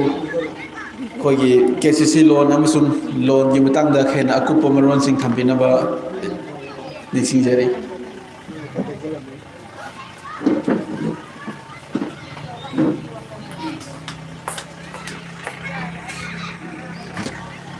ꯑꯍꯥꯟꯕꯃꯛꯇꯗ ꯇꯤꯟꯕꯤꯔꯤꯕ ꯃꯌꯥꯝ ꯄꯨꯝꯅꯃꯛꯄꯨ ꯑꯩꯍꯥꯛꯅ ꯈꯨꯔꯨꯝꯖꯔꯤ ꯑꯃꯨꯛꯀꯁꯨ ꯑꯃꯨꯛꯇꯪꯗ remain ꯇꯧꯖꯒꯦ ꯑꯩꯍꯥꯛꯀꯤ ꯃꯤꯡ ꯂꯩꯐꯝ ꯔꯥꯅꯤꯇꯥ ꯗꯦꯕꯤ ꯑꯩ DCO deputy manager ꯑꯣꯏꯅ MSCB ꯊꯧꯕꯥꯜ ꯕ꯭ꯔꯥꯟꯁꯇ ꯂꯩꯖꯔꯤ ꯍꯧꯖꯤꯛ ꯑꯩꯈꯣꯏꯒꯤ ꯕꯦꯡꯀꯤ ꯑꯣꯏꯅ ꯂꯣꯟꯗꯤ ꯃꯈꯜ ꯌꯥꯝꯅ ꯄꯤ ꯁꯔꯚꯤꯁ ꯂꯣꯟ ꯑꯣꯏꯔꯣ ꯑꯩꯈꯣꯏ ꯏꯃꯥꯟꯅꯕ ꯀꯂꯤꯛꯅꯁꯨ ꯃꯌꯥꯝ ꯑꯃ ꯍꯥꯏꯕꯤꯈ꯭ꯔꯦ ꯍꯧꯖꯤꯛ ꯑꯗꯨꯒ ꯃꯔꯨꯑꯣꯏꯅ FPC ꯑꯗꯨꯒ ꯁꯣꯁꯥꯏꯇꯤ ꯐꯥꯔꯃꯔꯁ ꯀ꯭ꯂꯕꯁꯤꯡꯗ ꯄꯤꯔꯤꯕꯁꯦ ꯑꯅꯝꯕꯅ ꯑꯩꯈꯣꯏꯒꯤ KCC ꯂꯣꯟ ꯍꯥꯏꯕꯗꯤ ꯀꯤꯁꯥꯟ ꯀ꯭ꯔꯦꯗꯤꯠ ꯀꯥꯔꯗ ꯂꯣꯟꯁꯦ ꯀꯤꯁꯥꯟ ꯀꯦꯁ ꯀ꯭ꯔꯦꯗꯤꯠ ꯂꯣꯟꯁꯦ ꯑꯁꯤꯁꯦ ꯁꯝꯅ ꯍꯥꯏꯔꯀꯥꯟꯗ OD ꯑꯣꯚꯔꯗ꯭ꯔꯥꯐ ꯂꯣꯟꯒ ꯆꯞ ꯃꯥꯟꯅꯩ ꯑꯁꯤꯅ ꯑꯣꯏꯅ ꯄꯤ ꯏꯟꯗꯤꯕꯤꯖꯨꯋꯦꯜꯗꯗꯤ ꯄꯤꯗꯦ ꯄꯤꯕꯗꯤ ꯄꯤꯔꯒꯁꯨ ꯃꯔꯨꯑꯣꯏꯅ ꯁꯣꯁꯥꯏꯇꯤꯒꯤ ꯃꯦꯝꯕꯔ ꯑꯣꯏꯕ ꯑꯗꯒꯤꯗꯤ ꯐꯥꯔꯃꯔꯁ ꯀ꯭ꯂꯕꯀꯤ ꯃꯦꯝꯕꯔꯁ ꯑꯗꯒꯤ FPCꯒꯤ ꯃꯦꯝꯕꯔꯁ ꯁꯤꯒꯨꯝꯕꯁꯤꯗ KCC ꯂꯣꯟꯁꯦ ꯄꯤꯌꯦꯕ ꯍꯥꯏꯔꯤꯕ ꯂꯣꯟꯁꯦ ꯃꯦꯝꯕꯔ ꯃꯣꯏ ꯃꯔꯤꯗꯒꯤ ꯍꯧꯔꯦ ꯖꯣꯏꯟ ꯂꯥꯏꯕꯤꯂꯤꯇꯤ ꯒ꯭ꯔꯨꯞ ꯑꯅ ꯃꯦꯝꯕꯔ ꯃꯔꯤꯗꯒꯤꯅ 25-30 ꯁꯨꯃꯥꯏꯅ ꯃꯥꯏ ꯃꯦꯝꯕꯔ ꯂꯩꯕꯗꯨꯒꯤ ꯏꯂꯤꯖꯤꯕꯜ ꯃꯦꯝꯕꯔ ꯍꯥꯏꯇꯥꯔꯦꯅꯦ ꯊꯕꯛ ꯐꯖꯅ ꯇꯧꯕ ꯑꯗꯒꯤꯗꯤ ꯃꯣꯏꯒꯤ ꯉꯁꯥꯏꯒꯤ ꯁꯥ ꯌꯦꯟ ꯂꯣꯏꯕ ꯑꯣꯏꯔꯒꯁꯨ ꯃꯆꯤꯟꯖꯥꯛꯀꯤ ꯑꯣꯏꯕ ꯄꯩꯁꯥ ꯅꯨꯡꯁꯥ ꯋꯥꯠꯂꯛꯄ ꯁꯤꯒꯨꯝꯕꯁꯤꯡꯁꯤꯒꯤ ꯃꯇꯦꯡ ꯂꯧꯅꯅꯕꯒꯤꯗꯃꯛꯇ ꯕꯦꯡꯛꯇꯒꯤ ꯑꯣꯏꯅ ꯃꯣꯏꯅ ꯂꯣꯟ ꯀꯦꯁ ꯀ꯭ꯔꯦꯗꯤꯠ ꯂꯣꯟꯁꯦ ꯑꯣꯏꯅ ꯂꯧꯋꯦꯕ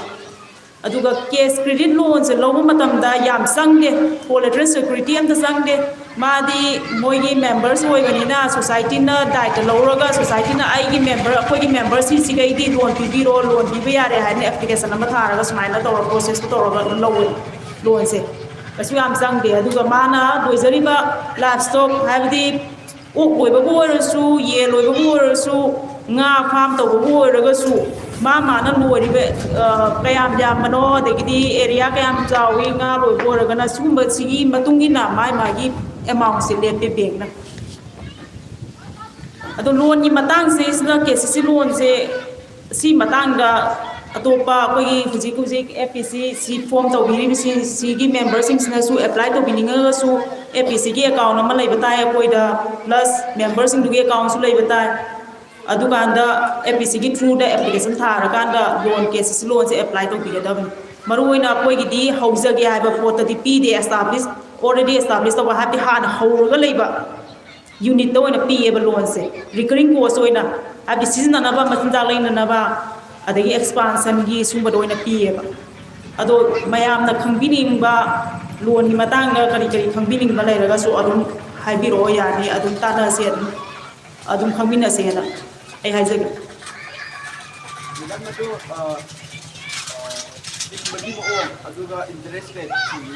ai haijagi ko loan se KCC loan se sahi manga gi loan ne loan per aduga huzi rate of interest lay is 7% lay 7% lay ba ado magi sing bagi niom haira ga di sahi manga se mana sahi kuding di renewal to sakadam de loan se sahi ek pa ba samna ka na mi XYZ amasina lupa lakh ama phange member amasina lupa lakh ama phangi ba loan si ngasi January gi tang manga se lori ba loan si 2024 gi January gi tang manga se sahi ma pha doi ne ba harap matam se January gi tang manga 2024 se ma renewal am to gadam de renewal ab di account do mu renew to raga next day de gi am sisna ba hodoi ne ba ado renewal to ba se mana interest with principal singto gadoi ni ko singto ganda mana next day de gi am sisna ba horani asi kamaina transaction to goda gi haira ga di saving account ga samane current account ga samane KCC loan se ab di mana XYZ amna loan ye mana KCC loan se phangaga na mana sisna doi se mana lupa la amas dagi lupa lising yang khai lokho ga magi darka we bedu gi sisna gre khala se ba sisna ra kana lemhore account lupa lising yang khai lemoi ba ngasai gi rate of interest 7% ni haizer ga su mana sisna riba lupa lising yang khai se si katang gi interest charge to ne ba bank na remaining bank account ga yaw riba lupa lising yang khai do adu gi charge to we ba aina sisna ba pesa du gi tang charge to ne ba aduga aina sisna ba lothoi ba lupa lising yang khai se ai amu haksan ge haraga su lupa lising tara khangde manga khangde aina mo amu account do haksan ba haksan laga amu su lokthum ba ya ba tawda bu ngasai gi saving account da di akoi gi collect na haibi gre saving account da di bank na interest pi ko account holder da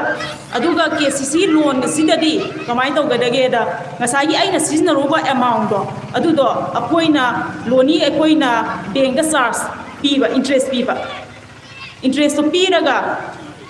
principal do pun da singmina ba sumaina satui ne ba habidi aina paisa se sahi si manung sidai sa 1 year si manung sidai paisa lokhupa hapsen ba tawraga sumaina sam sanara lakpasna mana sahi ama pharak numise sida ai se renewal to bai da makta interest due interest hai tare ne matam do thokpa interest to ne matam do da aina singba waloba principal amount ne pullaga singtopi ra ne ba bank ta adu singtopa hai se renewal to wai se kanu khata ne pung minute manga tara khatang gi ne ba adu renewal to ne ko process to ni koi staff sing na process to ga na dum renew orani aduga magi paisa lothopadi kamai tong lothok da ge da koina kisan credit card amna ama piye ba KCC card na si tawraga ATM dagi paisa sat ga da ba aduga singjan ba matam na deposit slip na account da singjan ga da ba sumaina tawraga yam nungai na koi gi asagi machinja ki oiro any raw material gi awat pasing do sis na men khat pai ta re case credit loan sina sinele ra ka doise loan ye amount se akoi gi head office na lepe aduga mana o kayam loiri adagi di nga se sangam kaya da tawri no farm se kayam tawi adui matungina akoi head office na dum lepakan adai san do ga na san kayam lori no hai ba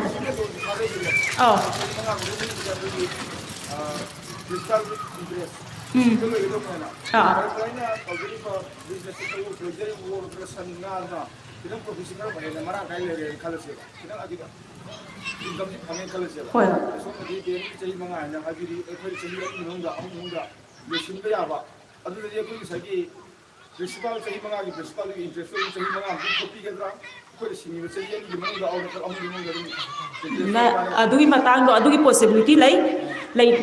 kanu aina handak se laure ai sahi ani dang sinna gyara ga so ai loi sing to pa matam do thokpa interest to adu katani lau do ba adu hi na lau matam do thokpa interest aina loi san gi na satpa numit to thom ba do adu katani lau do deng na lau do adu ai sahi manga bo loan tam se pi ai na sahi manga bo interest to kun la lau we matam do thokpa do ka aduna mayamsu APC si member mayamsu thabak fazana tawbiro akoi gi bank gi side su angam financial assistance mayam pizage aduga thabak fazana tawraga akoi mayam chakpat ni na bhona minase. Thank you. mayam matai khangbining ba kai lairige langita gadi hapet matam nei sida oziki KCC ki matang do amtang ngai range ko KCC ki loan sida ja phajana sing mami se magi matam chap chana hariba matam dugi manung da sing mami se loan dugi matam du lor ko matam da nga 7% charge to ne hamra da 3% interest 7 sen nai dana le 3% ama copy ga deba interest 7% low akhona low rani aduga 3% ja 3% ja akhona loan gi matam du lor ko matam da song account da akhona hanjil lakane ba KCC loan si individual di one di puding sa balai. KCC ke sukai de APO gi through the dom no APC gi through da tawraga individual sa haja bedo ngasai gi KCC loan ai basi ngalingai matam da de ningtham lorok kharif crop aduga rabi crop kalen gi lorok matam haraga sumaina pirame ani katang sumaina adubo haujikti masi KCC ja akoi gi animal husbandry je supio agri allied oina lairiba sigumba nga yokpa san yokpa akhoi gi se ok loiriba pigri farm tariba singdasu akhoi ju pi biya na adamaina hujik lai yamna phara bani se andra ai sa haja bodo KCC gi manung da lairiba kana bodo karino habido magi interest ke ji matam chana singaga 3% amna hek somge account ma hapchalakpa sini lairi se ala sigum mayam se le ada sigum mayam se phangna bidamakta hena da ka lairi di tasin tasengna thamoi sing thabak shuba chakhote ya de thabak shuba da aduni ko enter kalis livestock ki matang se sa minimum number of lay asigi matang ge samjala haira ge scale of finance na lay scale of finance matung ina pi de akoi yam de tasena scale of finance akoi bank na lepana te manipur da lay department mama low singu gi kanoda agri allied ka samnari agriculture department horticulture gi kadigi fishery gi kari mama se pujal laga department me am se lebak kuni nga ma isi low sanga masuk so goda pari suk to goda lupa lak hom den pi be yade mari den pi be yade adigi ma gi ok manga loy goda lupa lak se lupa lising humdra di hen be yade kai belai me am dai ri ba adu bo es pa ma gi scale of finance ki matung ina chalaga di tasena satta be yada matang su lai maram di akoi se ngasai gi khogi sahi gudingi naban inspection nam lai sahi gudingi akoi sina naban inspection dawe ato to ban nationalized me am sina motion RBI ni to akoi na naban na tawe sigi inspection gi matam za khoi gi bank na loan si niti niyom nai na piri bra ga se me am check to buni na akoi na pamtong to shin su ya da ba adu bo khara ma khai ju dum akoi na madu dum kala ga chat su dum to we maram di mo su me accept to gi chu kai de haibadi scale of finance ki matung ina di akoi na manu na APO gi kai gum da lak pa di si am follow to we akoi na aduga tasing na individual loan na lak pa kangbu da di see for example ai pigri gi loram loge hai matam na ma manga tu tere nipan lebi ai ahan be na mal palak ani tharam be ko then mai chai manga gi pere che mana chai ahum mari sei phajana ngamdana sendu ine sele ne lo singbulo sele matam du yok dingai da ai gi pigri farm do mamang da lakani lo ne hadak ti lak manga lo ninge khar chok kaningi makon su saningi ok masing khar jueng kaningi haraga mu lo ne apply to matam di akhoi compulsory mi du dum palak ma pi ni sini ladies Ambiro.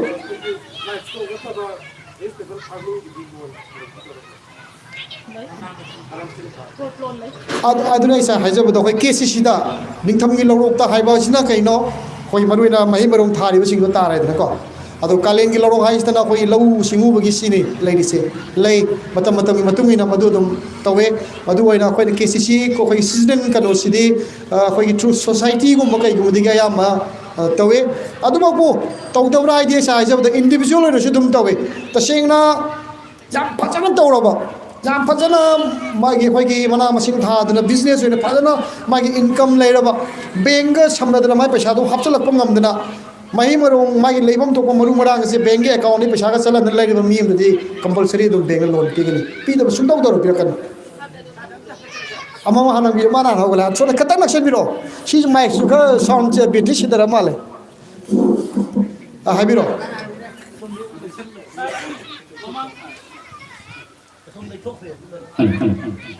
sarai mamangi kubin mamang KCC ki role tu parisan kerama khak manpur state cooperative bank na ai PB ai maduna ai pukhi masa ma ai pham ma thai sarai ge ni pham che hai gumba manu na thai sampra gumba hajang gumba huju chu chu sampra sani mok thai adagi hajang sam mok thai ari jong cha khara happy adagi bakhan gi kani hai tare akogi thabu kumba adagi haino kunthol makhan khara sum ai pham du thaje adu aikon covid lakhibada ko chang na tha khuding ki changa hunba satu hunba sati hunba rapi changan khan nam hunjare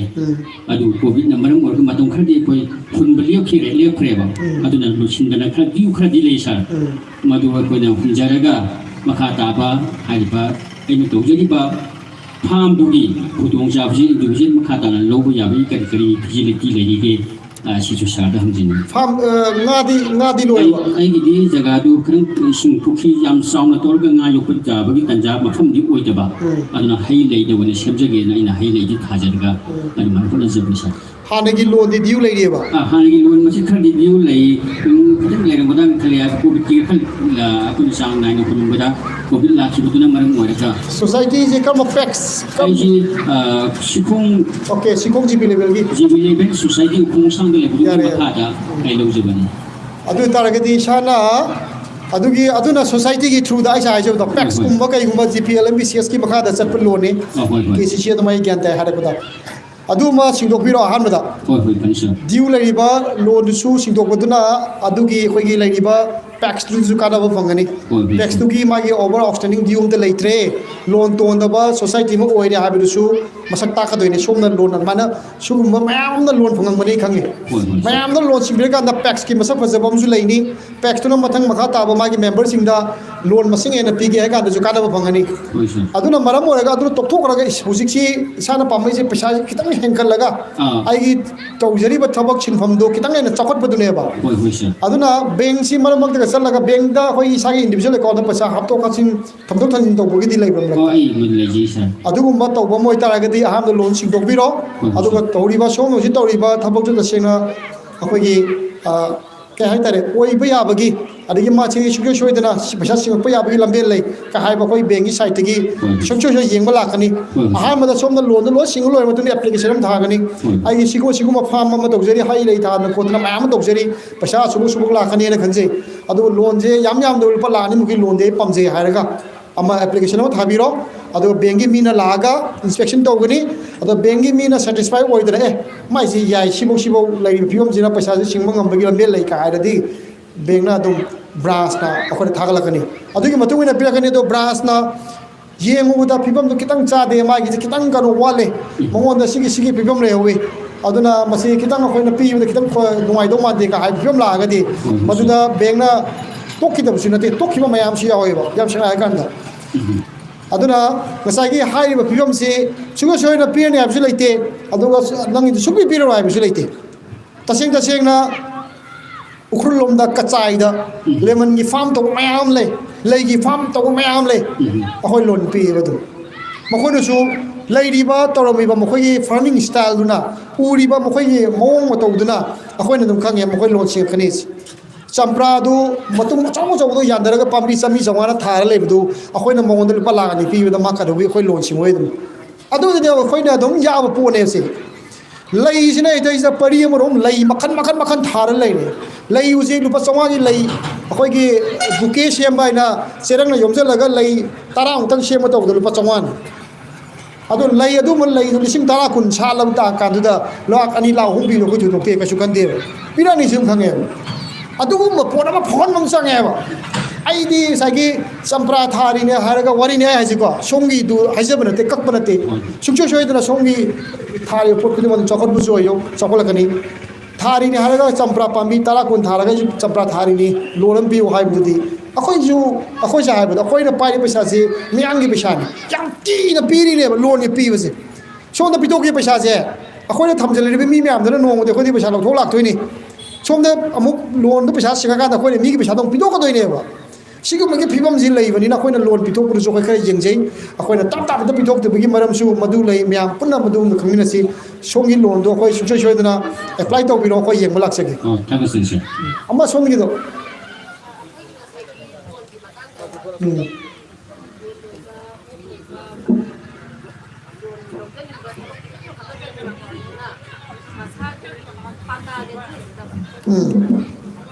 सागी पतादी लेजदबा अखोइगी असानबा हाइतारे असानबा लौफमदा तौरगा माना येन लोइदना okay लोइदना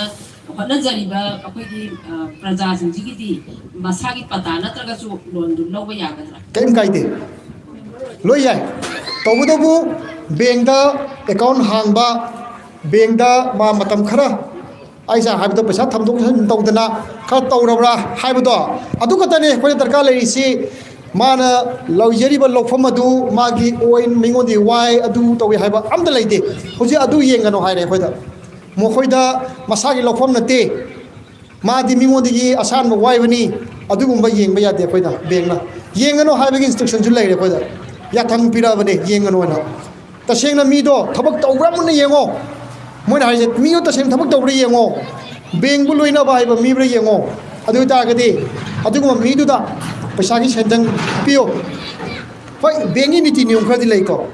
बेंगी loan अम लौबदा मागी दरकार लेबा चे सांग अदगी पैसा amount की मतुंगिना मागी guarantor पीबा तंगाई फद्रगना गवर्नमेंट की सर्विस तौबना गारंटर पीबा अदुगा अखोइगी नत्रगना मसागी मिंगदा लम पतागुम लेगना अदुना अखोइगी कोलेटरल सिक्योरिटी ओइना थम्मा काइना कंडीशन खरजु लै अदुगा पैसा सुंग लौदना अखोइ केसीसी गुम्बा उगुम्बा अखोइगी सोसाइटी की थ्रू दगी लामदा साइ केम लौरमोय इसा अदुम अमता हौला हाइ कुपियो अदुगी मतकता इसागी लंपी की बा गवर्नमेंट की गारंटी पुथो हाइ जोम तौरमोय अदु कतने उलिदो असु मागी दरकार दी हाइदी मदु उटप कतगी वाने अखोइदा मॉर्गेज तौदेबा सम समना तसेंगना लोन आई बिजनेस तौबा ओक लोइबा मना आई लुप लाख मंगा लौगे तारा लौगे हाइ तरगदी अखोइदा ममोंदा कंडीशन थमखनेबा ओके नो बिजनेस तौरा यारे बट नंगना हाइबा लोन जिन लौगे हाइ तरगदी गवर्नमेंट सर्विस तौबा मीना गारंटर ओइदबा यादे हाइबम लेबा मसिदे अखोइ कतगी नदिको बैंक खुदी मक्तने गारंटर में पीयू नत्रगा नंगी कोलेटरल सिक्योरिटी नंगी लमना अखोइदा मॉर्गेज तौबा हाइदना को पैसा सिंगलोइदिबौदी अखोइ बैंकना अखोइ बैंक की मिंगदा सुमाइना रजिस्टर तौसलु हाइबमा सिगी सना पथाप सिदी मणिपुर स्टेट कोऑपरेटिव बैंक दगी वानते मसिदी बैंक खुदिमकी ओइना अखोइदा आरबीआई ना नाबार्ड ना पियकलबा दुंबा सना पथाप नि सिमदी सिमदे अखोइ काला चटपे यादे मसिदे मैं पुन्ना खंगिनसे मैं अतोब क्वेश्चन कई लेरिगे खंबिनिंगबा बैंक की कई मतंगदा यारबो यारे को मैं ओके आई कोई की वजह दी मतंग से जो टेंशन जगे मतंग बखो मदा मोख में पूरा थेंगे अगर चाहिए मैं